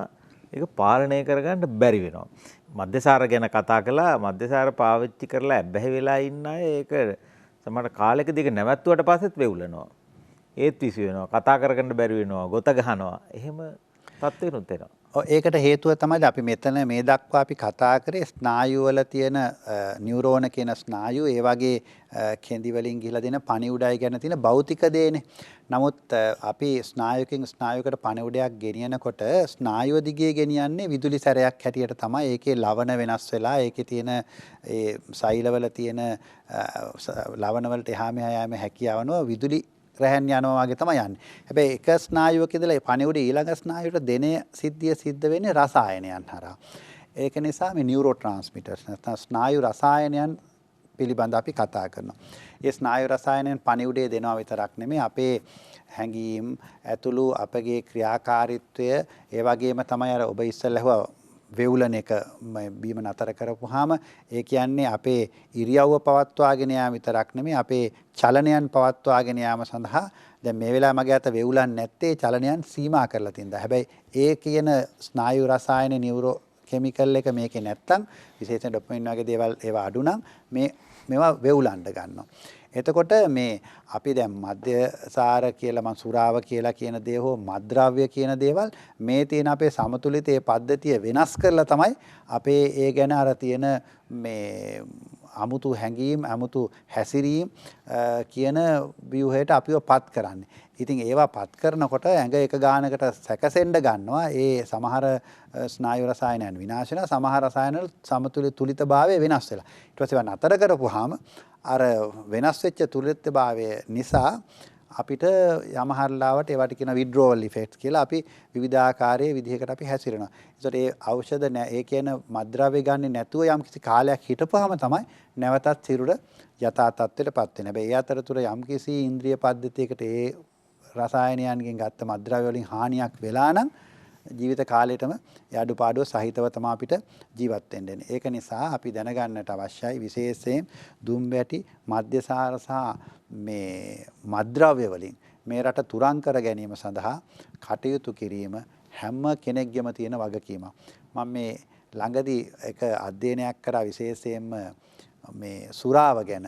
බොහෝමයක් අය හිතන් ඉන්නේ ලංකාවේ බොහෝමයක් අය සුරා පානය කරනවා කියලා. 2015 ස්ටෙප් කියන කණ්ඩායමක තුල කරලා තියෙන ජාතික පරීක්ෂණය අනුව ලංකාවේ සුරාව පානය කරන්නේ 34.9යි පිරිමි අයගෙන්. ඒතර පිරිමි අය 34.9යි ගැහැණු අය සුරාව පානය කිරීම නොගිනිය හැකි තරම්. එතකොට මේ කියන පිරිමි අයගේ 74 කාන්තාව 50%ත් එක්ක එකතු කරපුවම මේක 17%කට වැටෙනවා. ළමයිනුත් මිලියන් 6ක් ලංකාවේ ඉන්න නිසා සමස්ත ජනගහණයටම මම මේක ආදේශ කරලා බැලුවා. ඒතකොට ලංකාවේ ජනගහණයෙන් 13.0 ගාණක් තමයි 14ක් කියලා අපි කියමු. 14ක් තමයි සුරාව පානය කරන්නේ. ඒ කියන්නේ 86ක් ලංකාවේ සුරාව පානය කරන්නේ නැහැ. ඒක නිසා අපිට මේ පැත්තෙන් සන්තෝෂ වෙන්න පුළුවන්. හැබැයි ලංකාවේ තියෙන සුරා සෙල් සහ ඒව ගැන බලපුවාම අපි ඊට වඩා පෝලින් තියෙනවා. ඒ කියන්නේ ඒ බොන අය එළියට පේනවා වැඩි. ඒක නිසා අපිට දරුවෝ දැන් ඒක නිසා යම්කිසි වැඩිහිටියෝ පිරිසක් මිය යනවා. ඒක තමයි ලංකාවේ පිරිමි වාට්ටු වැඩි සුරාව නිසා විශේෂයෙන්ම මේ පිරිමි අයගේ මම ඔක් ගැන වැඩසටහනක් මීට කලිනුත් කරා. ඒක නිසා අපි සුරාව මර්ධනය කරගන්නවා කියන එකේදී බලාපොරොත්තු වෙන්න ඕනේ. මේ දරු පරම්පරාව සුරාවට අහු වෙන්නේ නැති එක. මොකද කොටසක් මිය යනකොට අර සංඛ්‍යා ප්‍රතිශතය වැටෙන්න පුළුවන්. වැටෙන්නේ නැති වෙන්නේ ඊට අදාළ දරුවෝ පිරිසක් වැඩිහිටියෝ වෙනකොට මේ කියන සුරාවට ලොල් වෙන නිසා. සුරාව හානි කරන්නේ බොහෝ විට මේ අක්මාවට කියලා අපි හිතන් ඉන්නේ. හැබැයි එතකින්ද අපි ඉස්සර කිව්වේ හුඟක් අරක්කු බොන කෙනෙක් ඉන්නවා නම් මෙයාට සිරෝසිස් නැත්නම් අක්මාවේ හැදෙයි කියලානේ. හැබැයි අද ලෝකේ සිරෝසිස් වැඩිම හැදෙන්නේ නැත්නම් අක්මාවේ රෝග වැඩියෙන්ම හැදෙන්නේ අරක්කු බොන අයට නෙවෙයි අරක්කු නොබොන අයට. ඒකට හේතුව අපි කන ආහාරයේ තියෙන වසවිස නිසා අරක්කු නැත්තම් මේ සුරාව නිසා කරන හානියට වඩා හානියක් අපේ ආහාරයෙන් සිද්ධ කරනවා කියන එක. විශේෂයෙන්ම අපි මව් කුසේ දරුවා ගැන කතා කළා. මව් කුසේ සිට මොලේ වර්ධනය වෙන ආකාරය ඊට පස්සේ බුද්ධි වර්ධනය ගැන නොඑක ආකාරයේ කරුණු කතා කරා. ළමාවියේ මොලේ ගැන අපි ස්නායු පද්ධතිය ගැන කතා කළා. දැන් වියපත් වෙනකොට වියපත් වීමත් එක්ක සමහරු වෙවුලන්න ගන්නවා, අමතක වෙනවා. තිබ්බ දෙයක් තිබුණු තැන මතක නැහැ. කරුණු විකෘති වෙනවා. ඔහේ ඇවිදිනවා. බොරු චෝදනා එල්ල කරනවා. නොඑක ආකාරයේ අපි දන්නවා වියපත් වීම දැන් ඩිමෙන්ෂියා වැනි රෝග තත්ත්වයන් ගැන කියවෙනවා. මේ වියපත් වීමත් එක්ක ස්නායු පද්ධතියට වෙන්නේ මොකද්ද කියලා පොඩ්ඩක් පැහැදිලි කරන්න ඕනේ. ඒකෙදිත් සිද්ධ වෙන්නේ මම අර ඉස්සෙල්ලා කිව්වා වාගේ අපි ගමුකෝ අපේ තුලනේ නැත්නම් අපේ සමබරතාවය ගත්තොත් එහෙම අර මම කිව්වා සමබරතාවයට එක වැදගත් දෙයක් තමයි කනේ තියෙනවනේ නාල තුනක්. එතන නාල තුනේ වයසට යනකොට හොඳට වතුර පානය කරනවා අඩු නම් සහ අනිකුත් කාරණා නිසා ඒ අර නාල තුනේ චූටි කැට හැදෙන්න පුළුවන්. ඒ කියන්නේ ක්‍රිස්ටල්ස් වගේ ඒක හැදෙන්න පුළුවන්. හැදුනොත් මොකද වෙන්නේ? අර නාලේ අර ද්‍රව්‍ය හොඳින් ගමන් කරන්න තිබ්බ නාලේ ඒක මම මෙහෙම ඇලවෙනකොට ඒ නාලේ ඒ ද්‍රව්‍ය හරියට ගමන් කළොත්නේ ඒක කියන්නේ මම මේ විදිහට ඇලවෙලා ඉන්නවා. නමුත් ඒකට අර වගේ ස්පටිකයක් හැදිලෙවල ඒක මේ අවිහිර වුණොත් එහෙනම් මොකද වෙන්නේ? අර දියරේ ගමන් කරන්නේ. ඒතර මම ඇලුණාට මගේ ස්නායු මොලේ හිතන් ඉන්නේ මම කෙලින් ඉන්නේ කියලා. එතකොට මට වැරදි පණිවුඩයක් දෙන්නේ. ඒතර ඒ වගේ සිද්ධීන් සාමාන්‍යයෙන් සිද්ධ වෙන්න පුළුවන්. ඒ වගේම තමයි වයසට යනකොට සමහර ස්නායු අලුතෙන් බිහි වෙන්නේ නැහැනේ. සමහර ස්නායු විනාශ වීම සිද්ධ වෙනවා. ඒ වගේම වයසට යනකොට අපි ගන්න ආහාරය සහ ඔබ කිව්වා වගේ සුරා වැනි ඒ පානයන් ඒවා අපේ ඇඟේ එකතු වෙලා තව ස්නායු පද්ධතියට යම්කිසි හානියක් සිද්ධ වෙන්නට පුළුවන්. කෙසේ වෙතත් මම ඉස්සෙල්ලා කිව්වා වාගේ අපි අපේ අතීතය ගැන බලමුකෝ. අපි අතීතය ගත්තොත් එම අවුරුදු 100ක් විතර මේ රටේ හිටපු ඉස්සර හිටපු මිනිස්සු අවුරුදු 100ක් විතර ජීවත් වුණා. හැබැයි මිය යන දවසෙත් හොඳට සිහිබුද්ධිය තිබ්බා. ඒ කියන්නේ අපේ රටේ මිනිස්සු සිහිබුද්ධියෙන් තමයි මිය ඇදුනේ. ඒ ලෞකික ලෝකෝත්තර දෙකම අරමුණු කරපු පිරිසක් නිසා සිහිබුද්ධියෙන් මේ යෑම තමයි අපේ තිබ්බ සංස්කෘතිය. නමුත් බටහිර සංස්කෘතියට යන්නකො බටහිර සංස්කෘතිය බොහොමයක් අය හිතන් ඉන්නවා ලොකු ආයු කාලයකට හිමිකම් කියපු කට්ටිය කියලා. බටහිර මූලාශ්‍ර ගැන බැලුවත් බටහිර මූලාශ්‍රවල පෙන්වුම් කරන විශේෂයෙන් ටැප්‍රෝ බ්‍රේන් කියලා ලංකාවට කියපු යුගය ගත්තොත් එහෙම මීට අවුරුදු 2000කට විතර කලින් ඒ කාලය තුලදී ලංකාවේ උපතේදී ආයු කාලය 100 පන්නලා තිබිලා තියෙනවා. සමහර 160 ජීවත් වෙච්ච අය ඉඳලා තියෙනවා. සමහර රජවරු අවුරුදු 70 80 රජකම් කරලා තියෙනවා. ඒ කාලයට සමාන්තරව හිස්ටෝරියා නැචුරාලිස් කියන මූලාශ්‍රය පාවිච්චි කළා කියනවා. ඒක බටහිර මූලාශ්‍රයක් බොහොම ලෝකෙම පිළිගන්න මූලාශ්‍රයක්. ඒ රටවල් වල මිනිස්සු අවුරුදු 35 40 තමයි ජීවත් වෙලා තියෙන්නේ. විශේෂයෙන් මේ කට්ටියගේ ආහාර රටාවේ මාංශ පරිභෝජනය නිසා. මාංශවල කියන්නේ සත්ත්ව ප්‍රෝටීන්. සත්ත්ව ප්‍රෝටීන් විතරක් නෙමෙයි අපි ගන්නේ ඒ ප්‍රෝටීන් වල අර නියුරෝකෙමිකල්ස් මම ඉස්සෙල්ලා කිව්ව රසායනයන් ඔළුවට නිපදවන රසායනයන් අපි සතෙක් මරනකොට අපිට හිතවාදී රසායනයන් නෙමෙයි නිකුත් වෙන්නේ.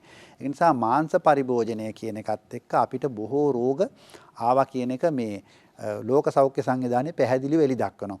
ඒ වගේම තමයි අපි ගත්තොත් එimhe ඇමරිකාවේ නියුට්‍රිෂන් ගයිඩ්ලයින් එක ගැන තියෙන මේ ඒ රටේ තියෙන නිර්දේශිත පොත ගත්තොත් එහෙම මුළු පොතම නිර්මාංශව තියෙන්නේ. ඒතර අපේ අතීතයේ ඒ වෙලී දීර්ඝ ජීවිත කාලයකට හිමිකම් කිව්වා විතරක් නෙමෙයි සිහිබුද්ධියෙන් යුතුව අවුරුදු 90 ඉන්න පුළුවන් වෙන්නේ ඇත්තේ අපේ තිබ්බ පාරම්පරික ආහාර රටාව කියන එක කියන්න අවශ්‍යයි.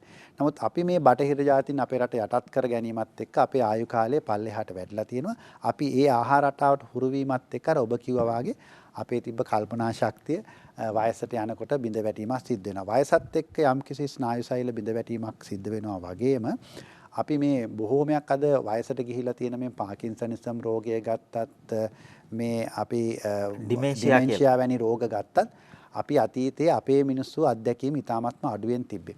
ඒ වගේම තමයි මිනසෝටා ඇමරිකාවේ මිනසෝටා ආයතනය පර්යේෂණයක් ඉදිරිපත් කරලා තියෙනවා ළඟකදී කෙලින්ම මේ වස විස නැත්තම් මේ කෘෂි රසායන පැහැදිලිවම ඩිමෙන්ෂියා කියන රෝගයට බලපානවා කියලා. ඉතින් මේ මූලාශ්‍ර ඔක්කොම අරගෙන ගත්තාම තමයි පොදුවේ කිව්වේ වයසට ගියාට පස්සෙත් සිහිබුද්ධියෙන් මේ යන්න අවශ්‍ය නම් ඒ පුද්ගලයා මේ කියන වස විසෙන්තර කණ්ඩ ඕනේ කියලා. ඒක නිසා මම මේකෙදි ඉල්ලීම කරන්නේ මේක විද්‍යාවක් හැටියට අධ්‍යයනයට යොමු කරන්න. විශ්වාස මත පදනම් වෙලා නෙමෙයි මූලාශ්‍ර දැක්කම ඔබ කිව්වා වගේ සිහිබුද්ධියේ යටතේ පවත්වාගෙන යන්න නම් සරලව කියන එක උත්තරයක් තමයි අපේ එදා දවසේ මිනිස්සු භුක්ති විඳ පාරම්පරික ආහාර රටාව නැවත පුබුදවා ගන්න ඒ ජීවන චර්යාව આવොත් මම හිතන්නේ ওই කියන මාතෘකාව අපිට බැහැර කරන්නට පුළුවන්. හොඳයි. ස්නායු පද්ධතිය ගැන අප කතා කළේ විශේෂයෙන් දරුවන්ගේ ස්නායු පද්ධතිය සහ රෝග පිළිබඳවත් අප කතා කළා. රජරට විශ්වවිද්‍යාලයේ වෛද්‍ය පීඨයේ ළමා රෝගාංශයේ ප්‍රධානිය හැටියට කටයුතු කරන රිජ්වේ ආර්යා ළමා රෝහලේ ළමා ස්නායු රෝග විශේෂඥ වෛද්‍ය අනුරුද්ධ පාදිනී මහත්මයාට අපේ ගෞරව ස්තුතිය පුද කරනවා. ආයිබෝවන්. ඒ වගේම අපේ රටේ ප්‍රකට ජීව විද්‍යා ගුරුතුමා තිස්ස ජනනායක මහත්මයාටත් අපේ ගෞරව ස්තුතිය පුද කරනවා. ආයිබෝවන්. නැවතත් ටෙලිවිෂන් ඉස්කෝලේ මුණ ගැහෙමු. ඔබ හැමට ආයිබෝවන්.